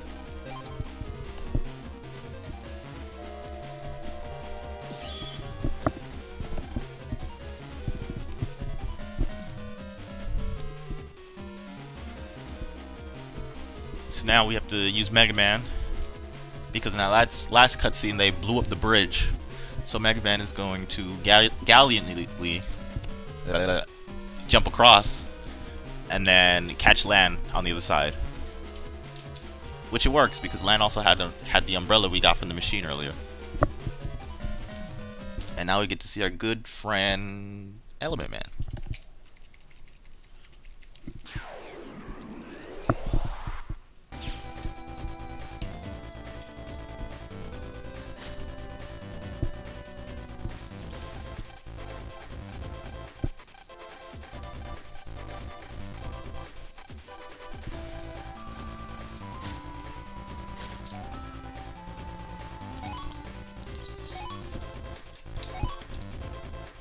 Don't do that to me, Typhoon, please.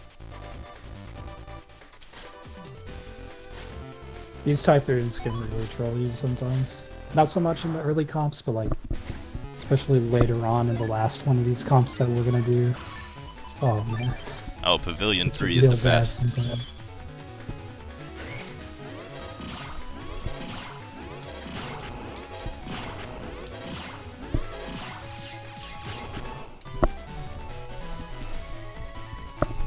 Especially when they get trapped in the corners and you can't really make the circle. Yeah, and you know, when they just decide to move and not stop for like 30 seconds.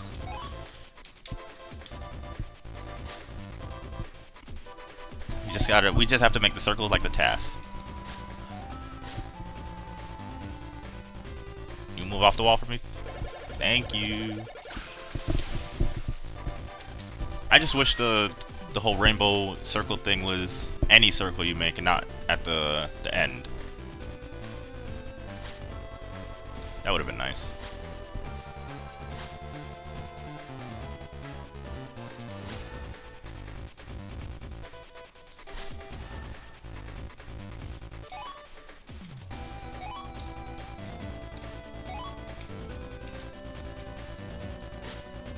Maybe I should try to learn these computers a little more.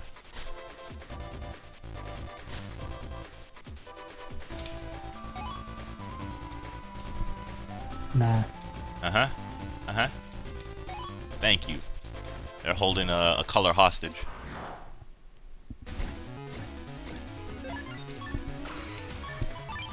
Probably could have beast out here. Got rid of 2. Pretty much no matter what route you take through these computers, they're about the same.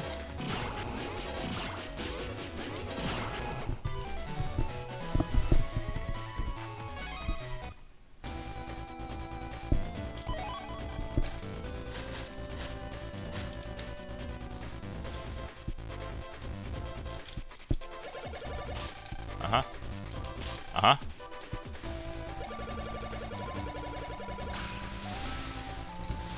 Ooh, it still worked out in the end.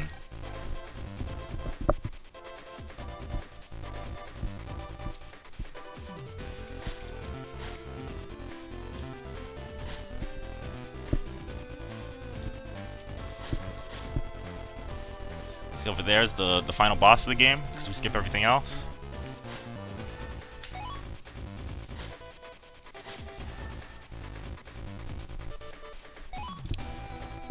Is it over here? No.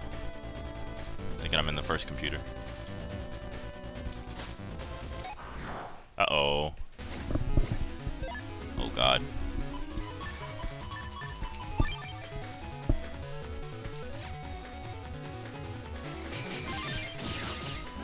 Don't do it.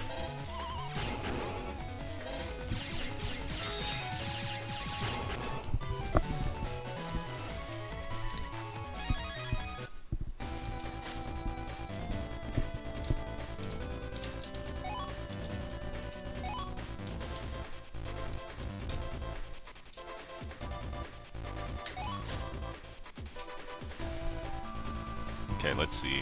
Where's the last color? Here it is.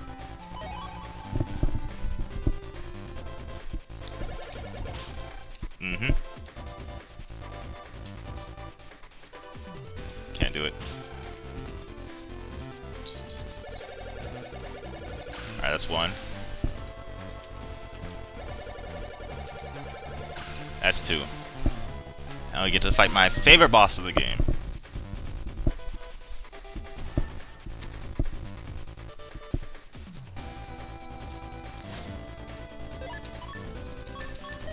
Honestly, Element Man's design is really cool. I like it. It's like simple, but not. I don't know how to explain it. Ooh, this is a nice hand.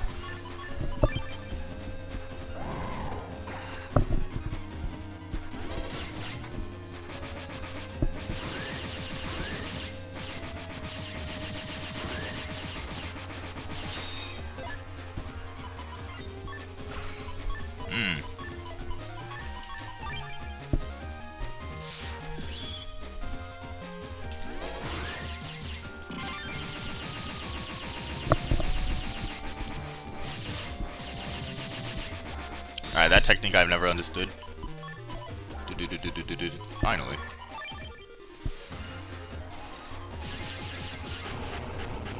And that's Element Man.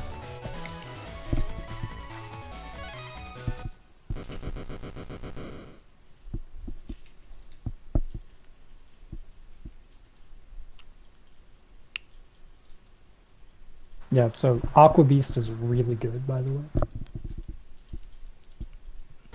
Usually for the EX version, I think he should cycle a little bit faster, so you'd be able to Aqua Beast his fire form. Yep, and he takes a lot of damage. There accidentally slip ran all the way through, so it happens. I believe we're trying to get access to Undernet 2.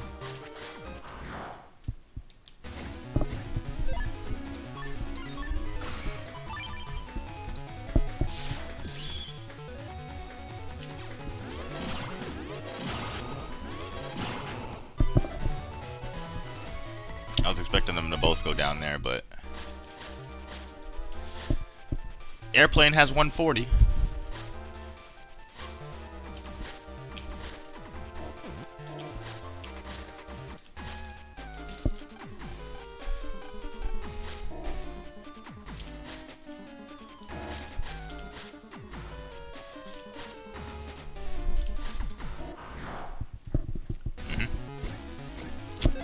Is our good friend Encounter number 1. I think I'm gonna get hit by the trident before. So close. They always try.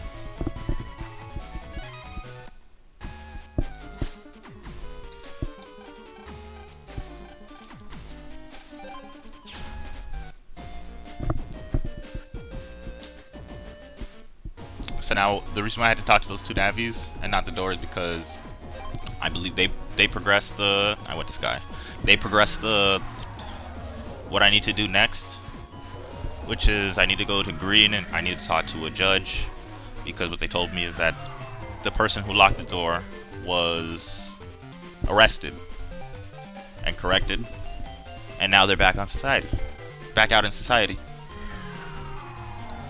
So we just have to get the information of who it is, and then talk to her 3 times.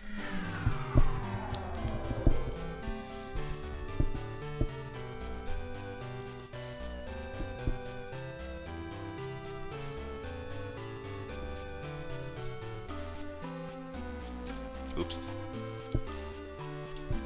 I was debating if I wanted to go the other way or that way.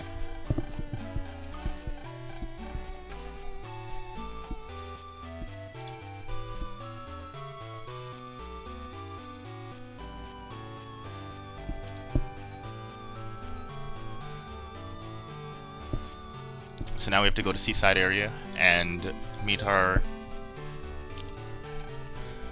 good friend, the maid in the dress, because she's the one who locked the door, and she's going to tell us the password is money hats.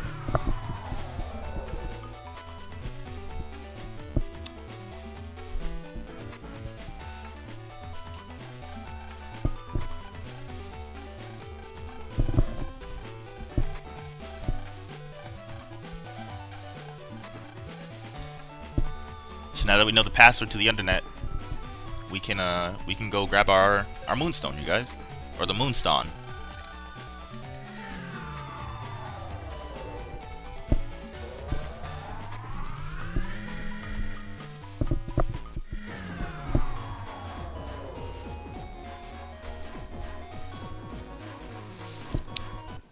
I think for the moonstone, once you pick it up and you notice it, you just, it doesn't go away.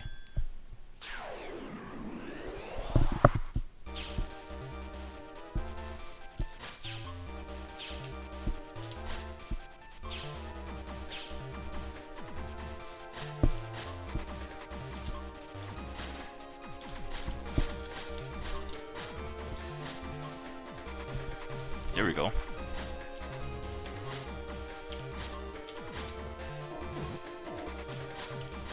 Nice sliding everywhere.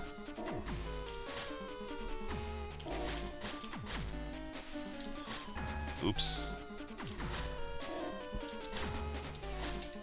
And there we go.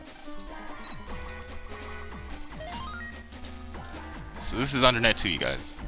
Where we're getting the moonstone. If you can find a moonstone in your travels, fear not. You're now able to evolve your male and female Nidorans. Ooh. Not a fan. What does the field look like? Not a fan.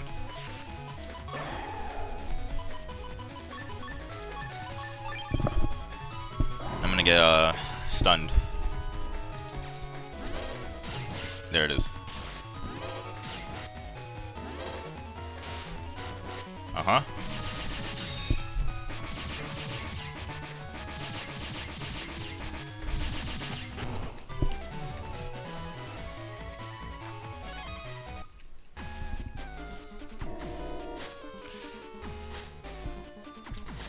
Should do it. Oh, I didn't slide all the way. Ignore me running all the way over there. And here's our moonstone. So now we jack out, we leave the house, and we win.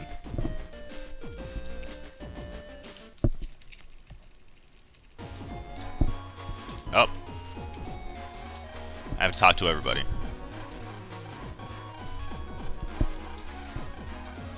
So these are the last two operators in the game you can get for the cross system. One being dust and one being ground. Unfortunately, dust is better than ground because it has more utility.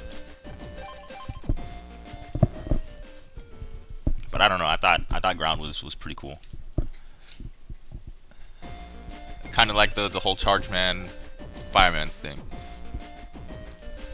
I think we're going to AC/DC now. We're gonna go see our good old friends.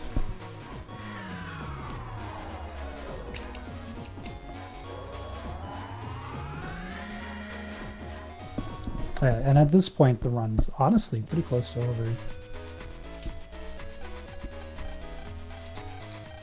There's not too much left, and when you're actually doing the speedrun, as soon as Element Man ends, pretty much, it feels like the run speeds up a whole lot. I think there's just like a lot less, I guess, go here, do this sort of things. Yeah, a lot less running around and backtracking, I guess. Yeah, it just because at this point it's like we have one trip or two more trips to the undernet, and then we have to do the underground areas, and that's pretty much it. Oh yeah, I still have to find Colonel. Hooray! The undernet or the underground areas are soul weapons, which I honestly kind of enjoy in the speedrun. And the Colonel fight's really interesting. All the pavilion comps are pretty interesting. It's Element Man.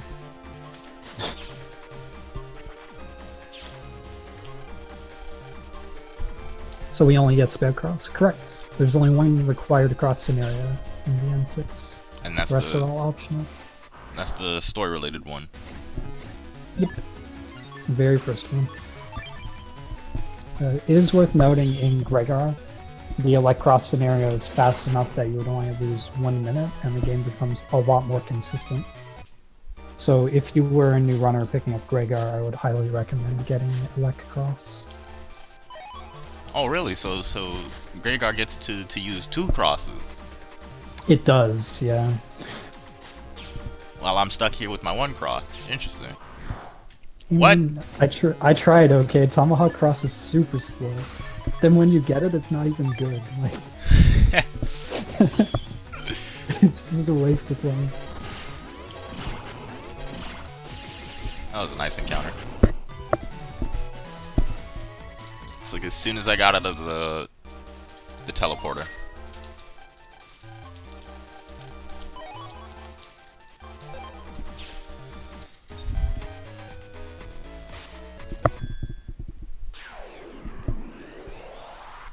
At least let me dash into the wall, you know?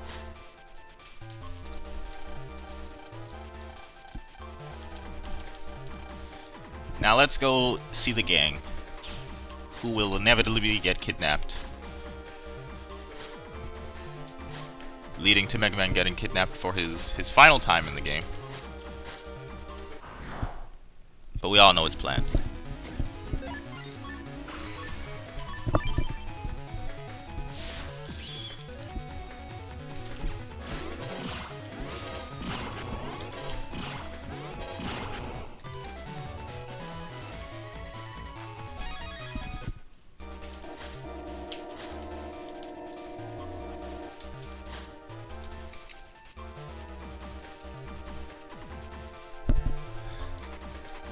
I think I just jack out here, right? Oh no, I mean, I guess it's either or. Yeah, either way is fine.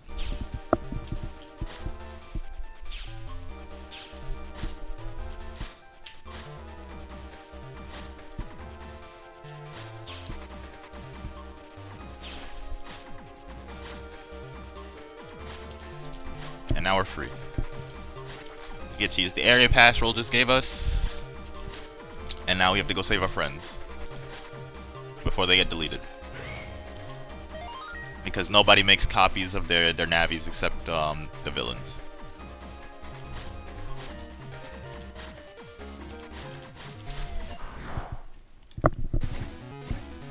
Ooh, this is a nice encounter.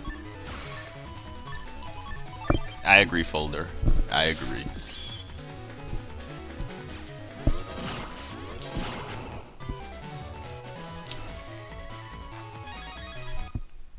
Why can't we let them get deleted? I don't know. It's not your fault they got kidnapped, you know? You never let your guard down. It's just one of those rules. Yeah, that'd be dumb, dude. Ha, Mega Man's never gotten kidnapped before. Especially not recently. Not in this game, nope. He only gets incapacitated and you can't place him. Never gets kidnapped. Here comes one of the 2 easiest back-to-backs in the history of Mega Man. I don't even need any chips.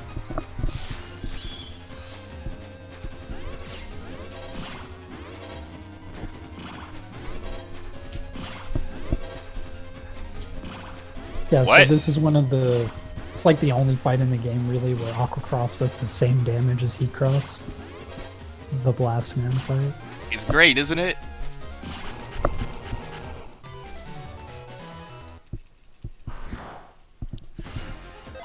And this fight we get to abuse a little more with our good friend Submarine Man.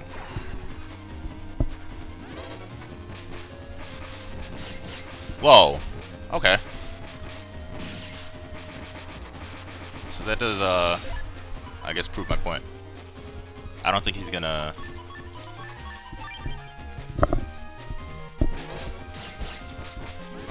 Alright, wait for him to come up. Alright. Alright, so once he gets on the panel, he's you can hit him. That's good to know. And this is why their torpedoes are so annoying. You can have a good joke and everything. I mean, you can have a good fight, and then torpedo snipes you and gets rid of whatever you getting ready to set up. Are you telling me you don't have super armor? I do not, unfortunately, right? But we still got air shoes. It's a good thing you have air shoes, though. We've had a lot of cracked panels this run. Exactly, all from myself using double crack. You're your own worst enemies on cracked panels. That's just the way it is.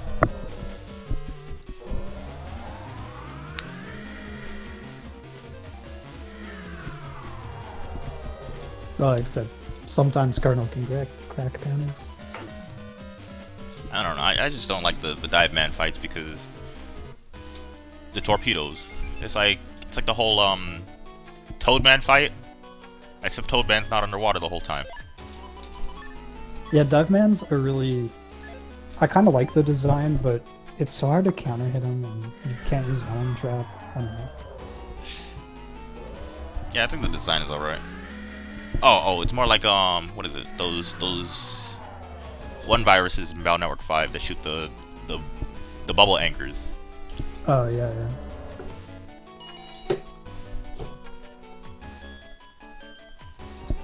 I think maybe if when he starts the fight he's on water panels to make sense, then it's just more of like a time thing.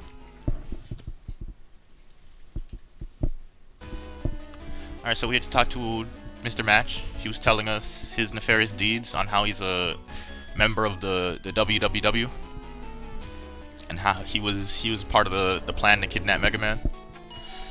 He also wanted to serenade us so that we do good things to everyone.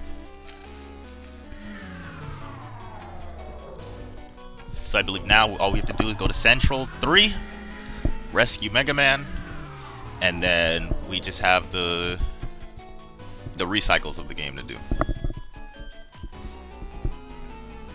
Have to do the under BBS fights as well. Oh, I didn't do those yet. You're right. The best part of the game. No. Not dangerous in any way. I'm not prepared. Not prepared at all. I'm scared. Actually, like one of the only things that can kill us in the run, or that like has a high chance to kill us in the run, I should say. Is it because of that one fight with the pulse and the puffers? Yeah, it's absolutely the pulse bolt.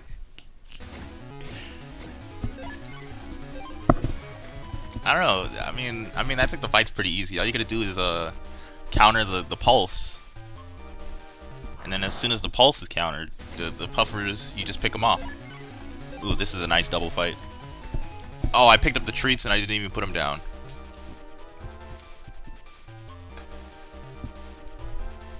I'll remember next time. Not used to it. I honestly don't even remember picking them up. I remembered as soon as I ran past it.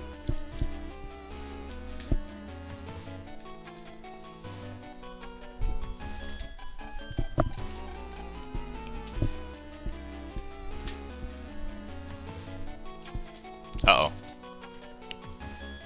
I was thinking to go back down, but I was like, I'm halfway up here anyway. Mick, I've helped you this whole game.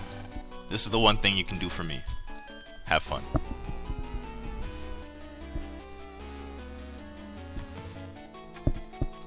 So now we gotta go see our mayor, who is also in cahoots with the WWW, and our good friend Blackbeard. I've skipped his cutscene so many times I don't even remember his name. But now we can go save our good friend Mega Man.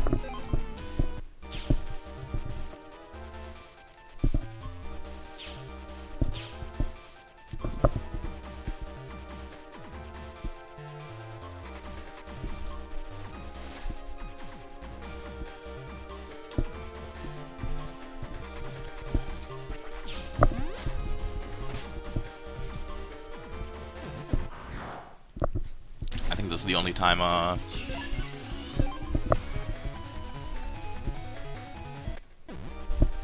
yeah, I think this is the last time we come through Central. So, move, Mr. Program, please.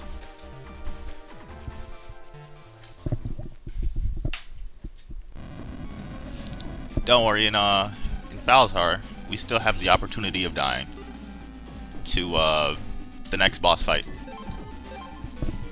Well, I do. Because I get paralyzed so many times, it's not even funny.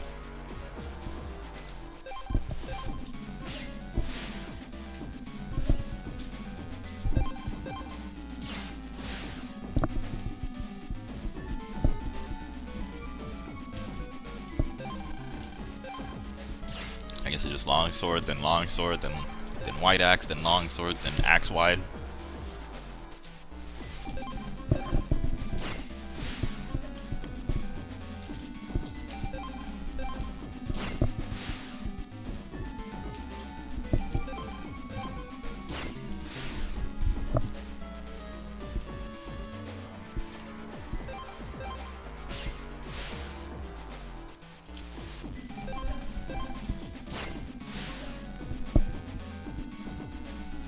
I think this is a sign to tell me no more keyboards.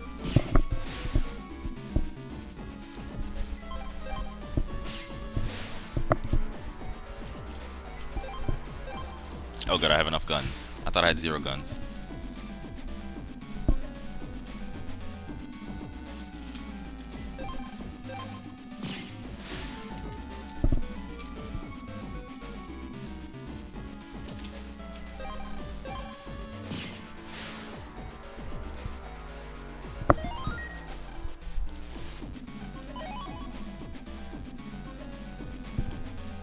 So now that we're underground 2, and unfortunately we can't go to underground 3 because all that was removed from the international release. But who needs that, you know? One less area to deal with. I appreciate it in the speedrun. Exactly. Not that you would go to it in the speedrun. But it's nice to know that it's there.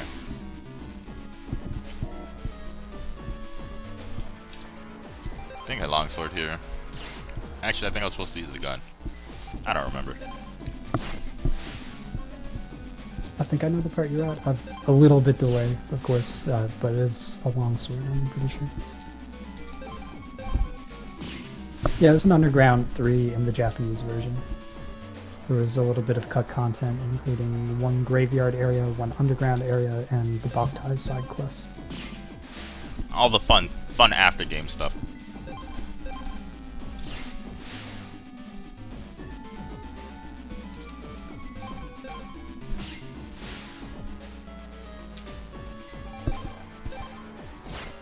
Don't worry, we did it. We saved the day. All's well that ends well. Now we can go get deleted by our best friend and twin brother. Just because he's a little power crazy doesn't mean we can't smack some sense into him. Reminder to save, just in case. Yeah. F-Beast is mean sometimes. This fight is ridiculous. He moves too much. He uses Aqua Needle too much. And moves too much. Yeah, and when he does the claw attack, if he just chooses to paralyze you instead of double claw, that buster does a lot of damage. Oh. I thought he was gonna go up and then shoot the extra goodies. 1, 2, 3, 4. So it is the longsword first. I keep thinking it's gonna be the other one. This should be the boomer. Alright, the next one's the boomer.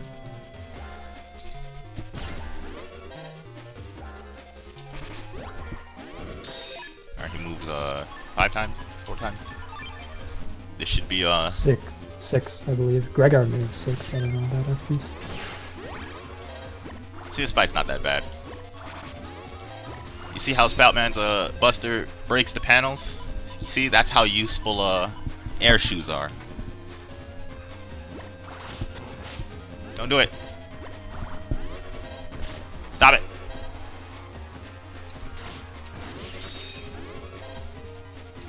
Uh-oh. You warned me, you warned me, you warned me, but I still got cut. Stop it!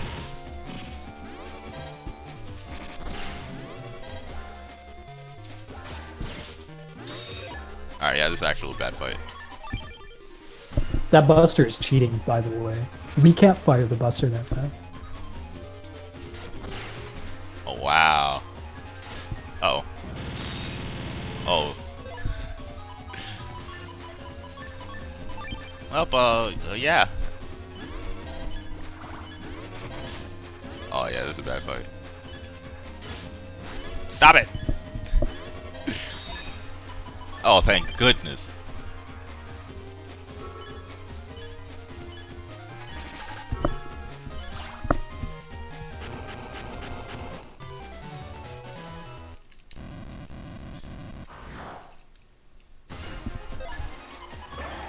Oh, saved by Ellen Trap.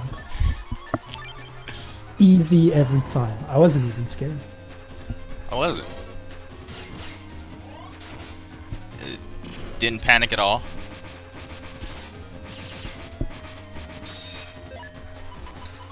You know, I was really hoping in this game if you put a copy damage on a boss and they summon a breakable object, you'd instantly kill them.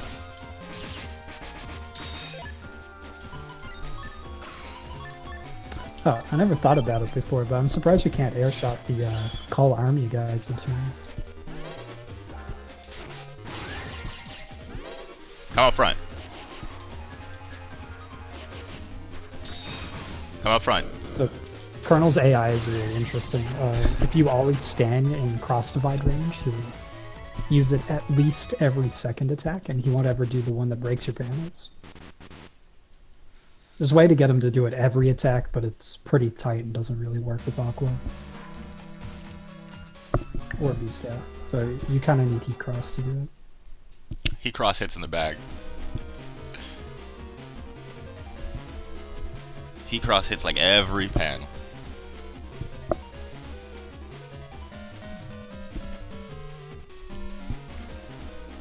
I don't know where I'm going. Oh, under net BBS.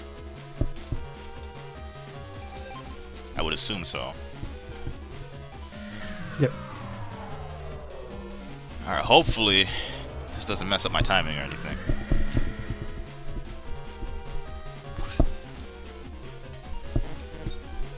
I hope I can still counter this guy, get it off, show my stuff, you know? What's the point of practice if you don't use it? Eh. Can I please? Really?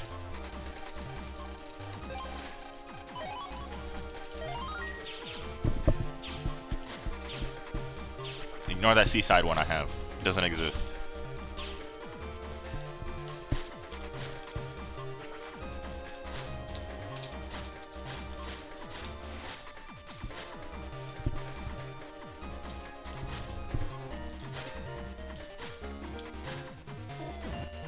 So now we got the undernet gauntlets, you guys. I'd say this is a lot easier than the sky gauntlets, and a lot more fun. Why am I saving, you ask? Because if I get deleted here, it's an actual game over. That won't happen.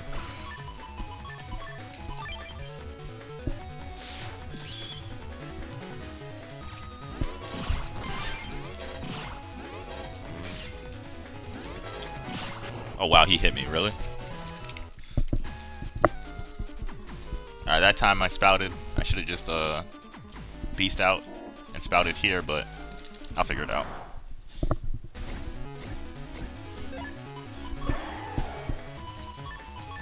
I wanted something for those kettles. I mean for those bees. Okay.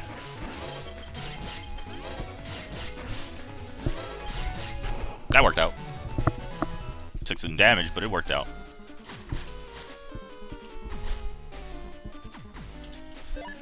Alright, this one is supposedly the hardest one out of all of them. Makes or breaks your run. Oh, I forgot to reg a cannon.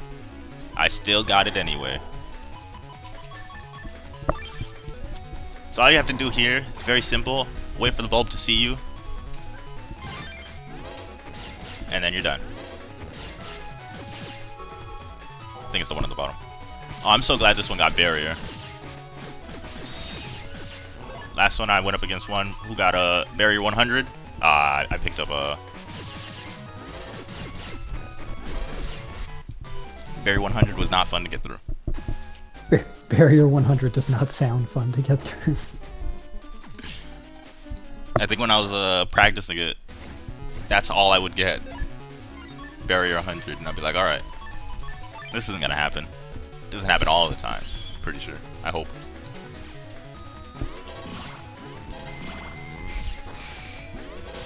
Stop!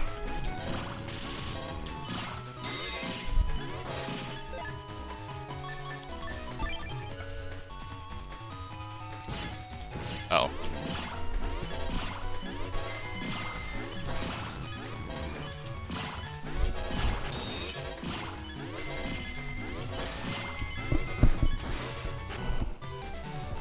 Oh, so I can still get killed by the kettle even after I finish the fight? Oh, yeah. Interesting. That's good to know. In the tasks, they actually get killed by one of the kettles as Heatman during the during the kettle fights during Heatman. But it doesn't kill them. They still finish the fight because of the way I guess it works with no reward. I don't know. I'm not sure the specifics, but it kills you, but it doesn't kill you. Yeah, I need to. Uh-oh.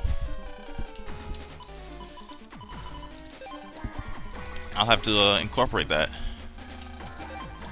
Alright, I think I talked to the right thing. We have to go save our teacher. In RTA, we need full synchro, so actually, we can't do it. It's a lot faster than trying to buster them, right? Full synchro, yeah. And now I know.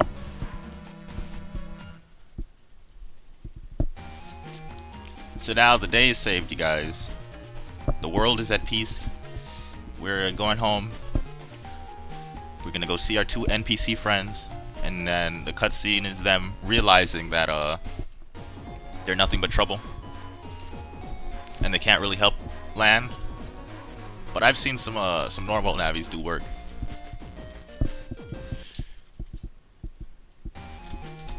Now we have to go tell everybody if they want to come to us to the expo, which is obviously a trap because Lan won in the end. But hey.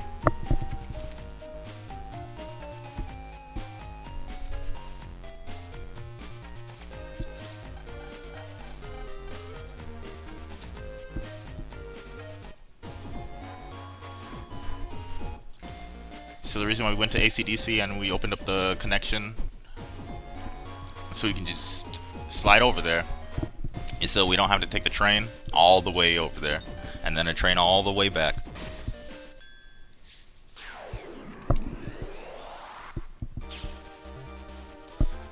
Alright, so I have 3 out of the 4 of them. So we're gonna go talk to our good friend Proto Man.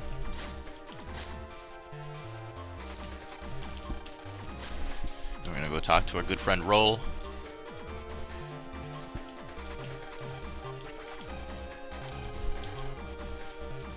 And then we're gonna find Dex. And then see if we can snipe the slide to glide.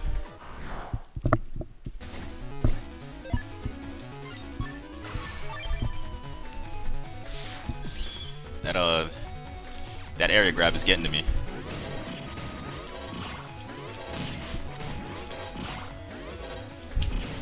What? He was low enough down.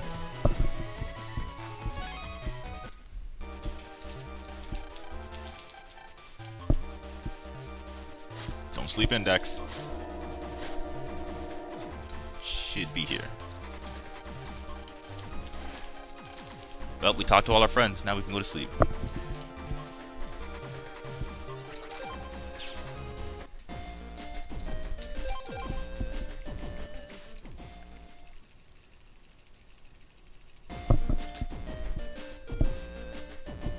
Oh, we gotta go talk to our mom for the last time.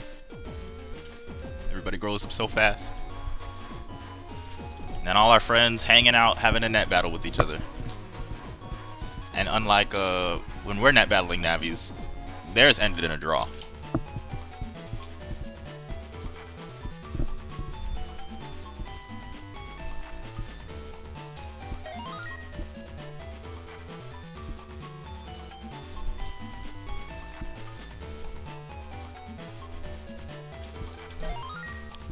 So now we're just running around collecting all the stamps, and as soon as we do that, we're at the end of the game. You're gonna be at the final scenario. We're gonna hear panic music forever. Yep, except none of the pavilion areas have the panic music, so we actually won't. But if you left for the rest of the post game, you'd hear it. I'll have panic music for a good majority of the end of the game. It's my favorite tune. And this is definitely the final stretch of the game. Each of these comps are pretty unique. They're mostly cool. The first two in particular.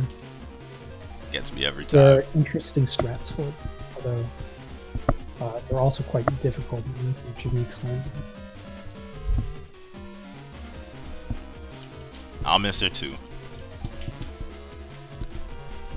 You know, we gotta grow up, we gotta save the world for a 6th time.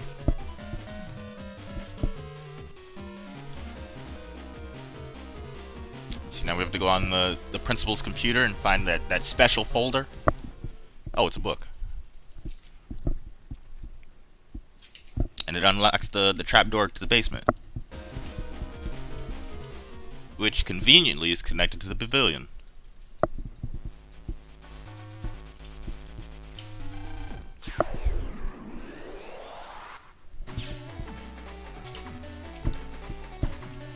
I don't remember which way I'm supposed to go. This way. So there's a glitch where if you talk to the Mr. Program and slide at the same time, you keep your sliding momentum, so you'll skip all encounters. But I don't know how to do that. So we'll just be running everywhere. And because of how many turns there are in this comp, it's actually really hard to keep the glitch going anyway. Is there only 3? Okay, I think there is only 3. Also, it barely saves time. So I don't even think it saves time with Falzar. Probably breaks even. Wait, don't these teleport everywhere? Don't do it.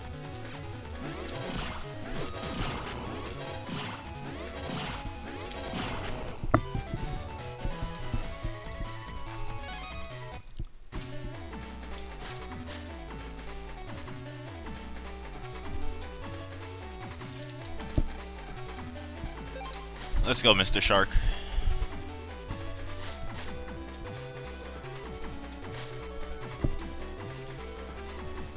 Let's go, other shark.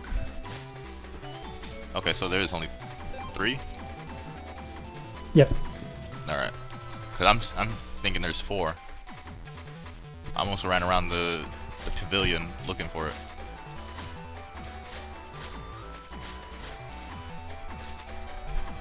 No encounters. I mean, 1 encounter. Which is still good.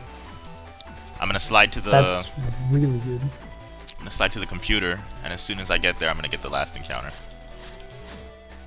Ooh. 1 encounter is actually insane. That's way faster than using the glitch.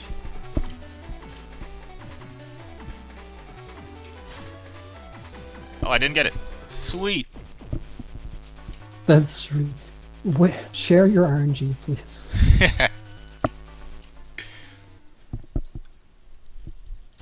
That would always be my 3rd encounter, or 2nd encounter. They usually get 2 or 3.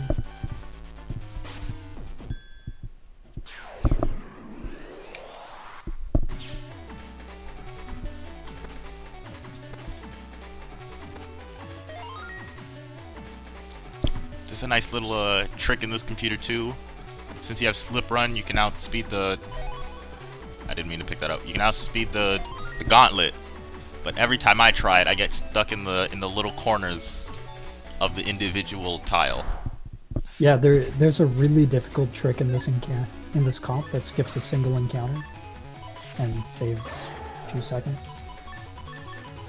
But it's very, very difficult. We can use Slip Runner to outrun the gavel when we step on grass. So you can actually step on grass at the start of the comp and finish the whole thing with the gavel chasing you. It looks really cool.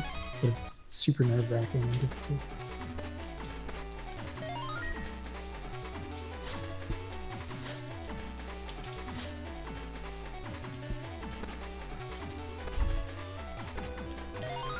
Here's our free boss fight.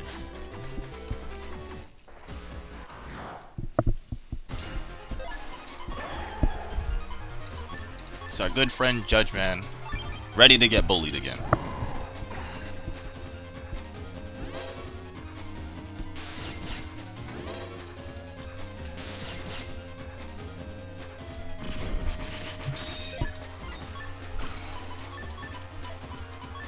Ooh, this is nice. It's my last turn too.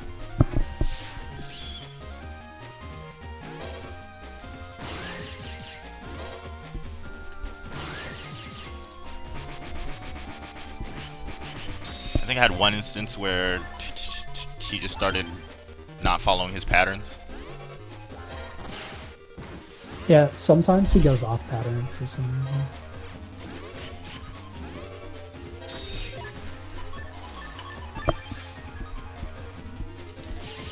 Not really sure what causes it, but I think it has something to do with when you counter his attacks.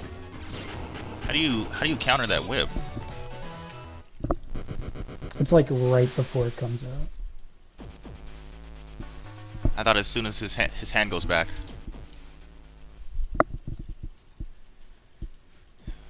Oh well, we don't need to counter Judge Man anyway.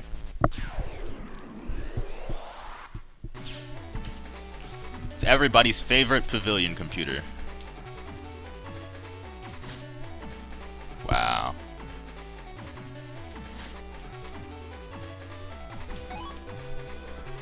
Pavilion 3 can be pretty bad sometimes.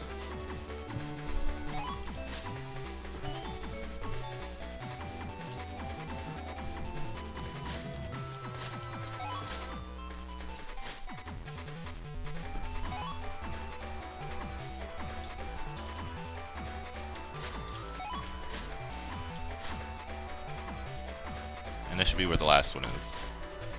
And I believe you have to get rid of 3 tornadoes in this one.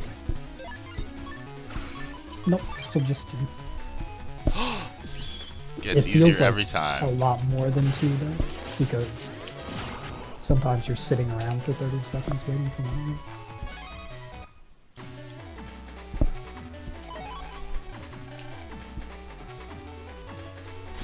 Oh, I totally forget you can skip the text box showing up for the...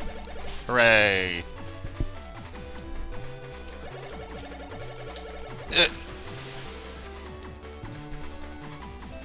Uh-huh. Alright, there we go, the second one.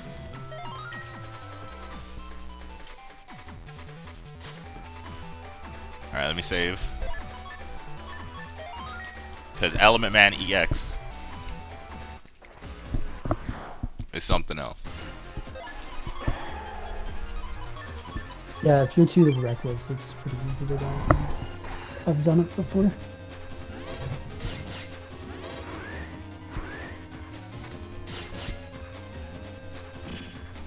Uh-huh. The comp went pretty well, actually. Alright, I should... Wow. That area grab is really messing me up. Alright, he should change again. Ah, I did it a little too early.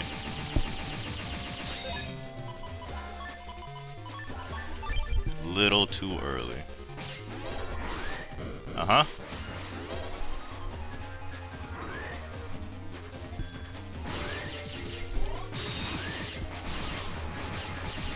Now.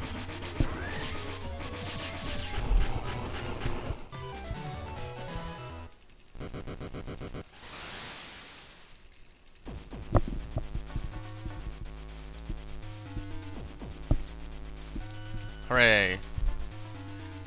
Now we got my favorite pavilion comp redo. Cause it's the scariest.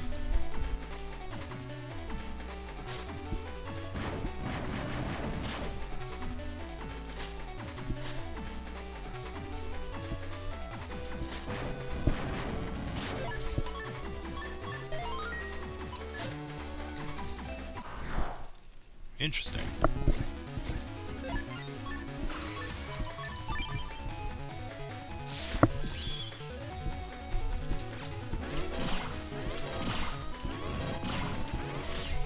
Really?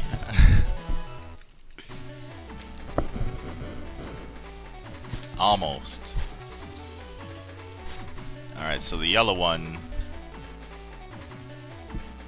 I guess I'll delete the yellow one, do the red one, and then jack out. Ooh, no. Thank you. Wow, this is actually interesting.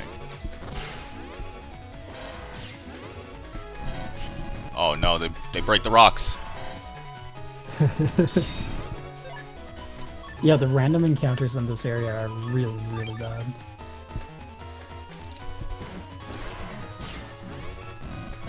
Oh no.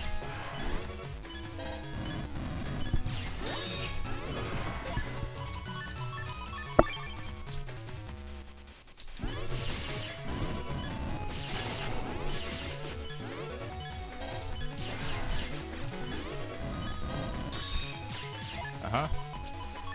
Hey, thanks, Element Trap. You won't work. Alright. That was, nerve-wracking. It's like the first time I've seen that encounter. Double Thunder Dragon. Yeah, you really rarely get encounters in this comp. And they're bad enough that, like, seeing them for the first time is horrible. No, I didn't attack the last guy.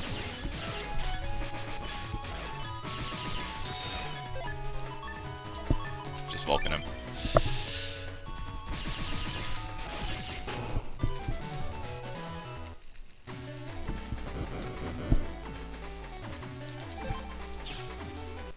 Alright, I think I'm probably jacking 3 times to this.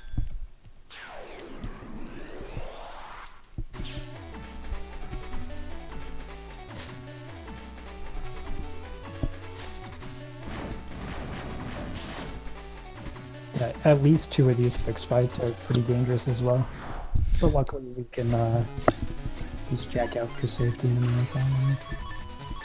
It's not really much there. Peter.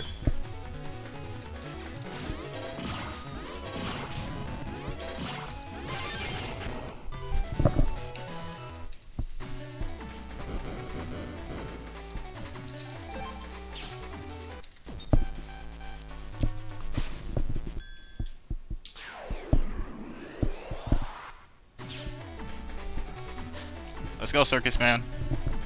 That's pretty easy. The only thing you have to worry about is getting caged. And getting caged isn't that bad.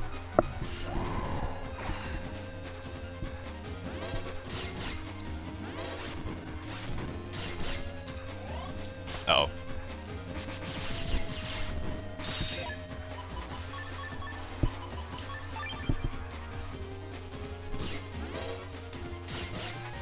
Oop.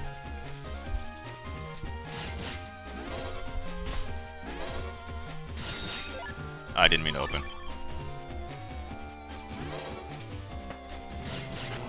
Bye, Circus Man.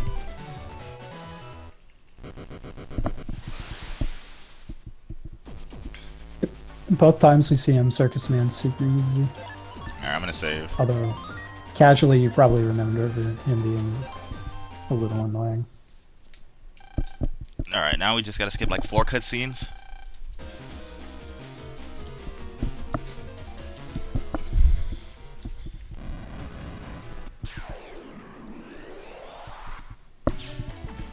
And now we're in the final computer of the game to fight the easiest final boss of the series. I mean, Magic Man might be easier, but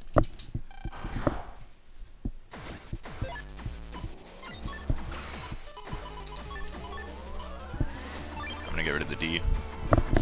I'll keep the B. I don't know what my folder looks like now.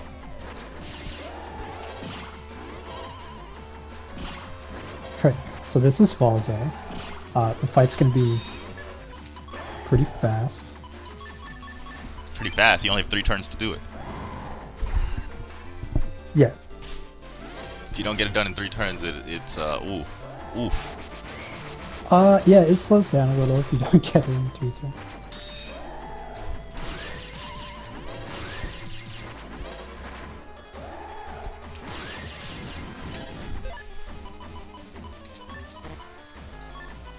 And when you fight him, you kind of have to damage boost through his attacks. Yeah. Luckily, the Cyclone does so much damage that we can kind of DPS him usually.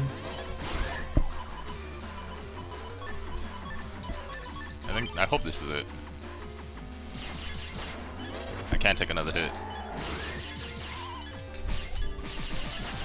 Yep, He's that's got custom gauge, so you can overbeast if you need to. Oh yeah, Overbeast. I totally forgot that's a thing.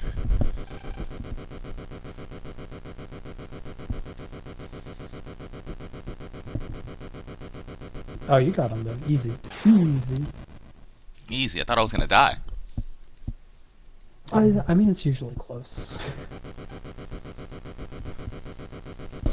250, 220 by the stream timer, even with a little mishap. So that's good. I thought I was gonna go over because the one I'm using is slower. Nah. Crazy. Even with some technical difficulties, We saved the world, you guys. underestimate. See, there we go. If I didn't have undersheet, I would have died. Yeah, and I run without undershirt, so I would have died. I don't know how you do it. It's not easy. I do use a different HP program though, so I actually have 100 extra health as well. Ah, I see. So yeah, that is a Battle Network 6 Falzar. There's a lot more deck edits than Greygar. And the final boss, since you don't have super armor, you have to tank the hits if you want to get the most out of Aqua Beast or Spout Beast. Mm-hmm. Avenger Beast. Yeah, Avenger I really Beast. There like we go. the Falzar fight. It's cool. I definitely like Falzar's more because I feel like you're not just relying on the Buster as much. So I feel like The there's more Cyclone on. feels so good as well. Exactly. There's more variety in the combat. Yeah, definitely. So, Jameike, you're a new Battle Network runner, and I think it's neat because you started when? It was after the Winter Festival? Yeah, it was after the Winter Festival. I think I was playing this on and off a little, and I would look at the runs and everything, and then I picked up on it around what is it? I think March. And now you got Sub 3 and Falzar, which I think is a pretty good time. Do you have anything that you'd like to say to anyone watching that might be interested in, like as a fan of the series and trying their hand at speedrunning? If you want to get into it, I would say start with Greygar because there's a lot less to worry about. I feel like it's the easier one to get into. It's also the faster one to get into. But I chose Falzar because I like the beast more, and that's the one I played when I was younger. And that's about it. Cool. Yeah, I think starting with your favorite's usually a good option. Unless your favorite's Ford, that's a bad speedrun. No offense, Arrow. I mean, I was thinking of God, 4 too, Speedrun's so awful, dude. I would love that game casually, and honestly, I kind of like the speedrun now that set seat's a thing. But That is true. Once you take tournament RNG out, it does change things. okay. And this is the fancy stuff they say at the end to close up the series. Because Battle Network 6 was, in fact, the last one. Prepare your Bible thumbs. Oops.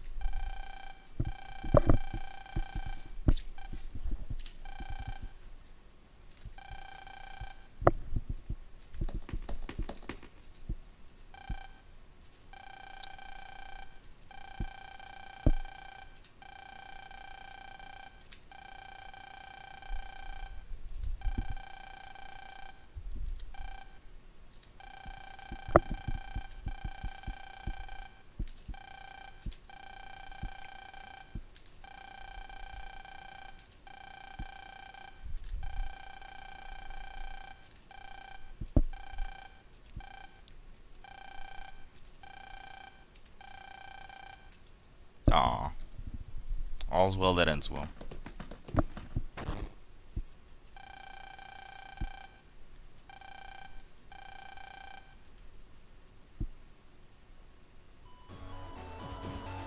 There's a very good explanation for that, Dallas. We'll tell you later.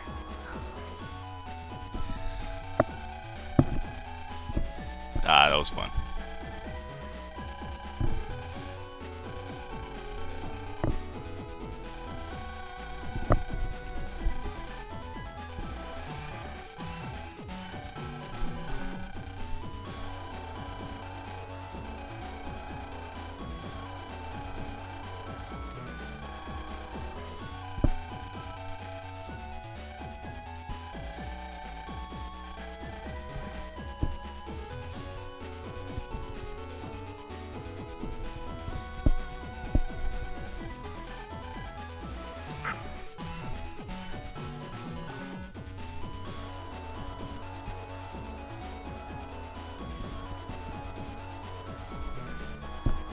Oh yeah.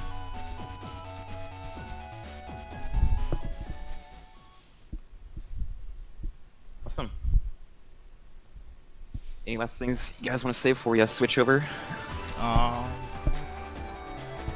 Don't let your dreams be dreams.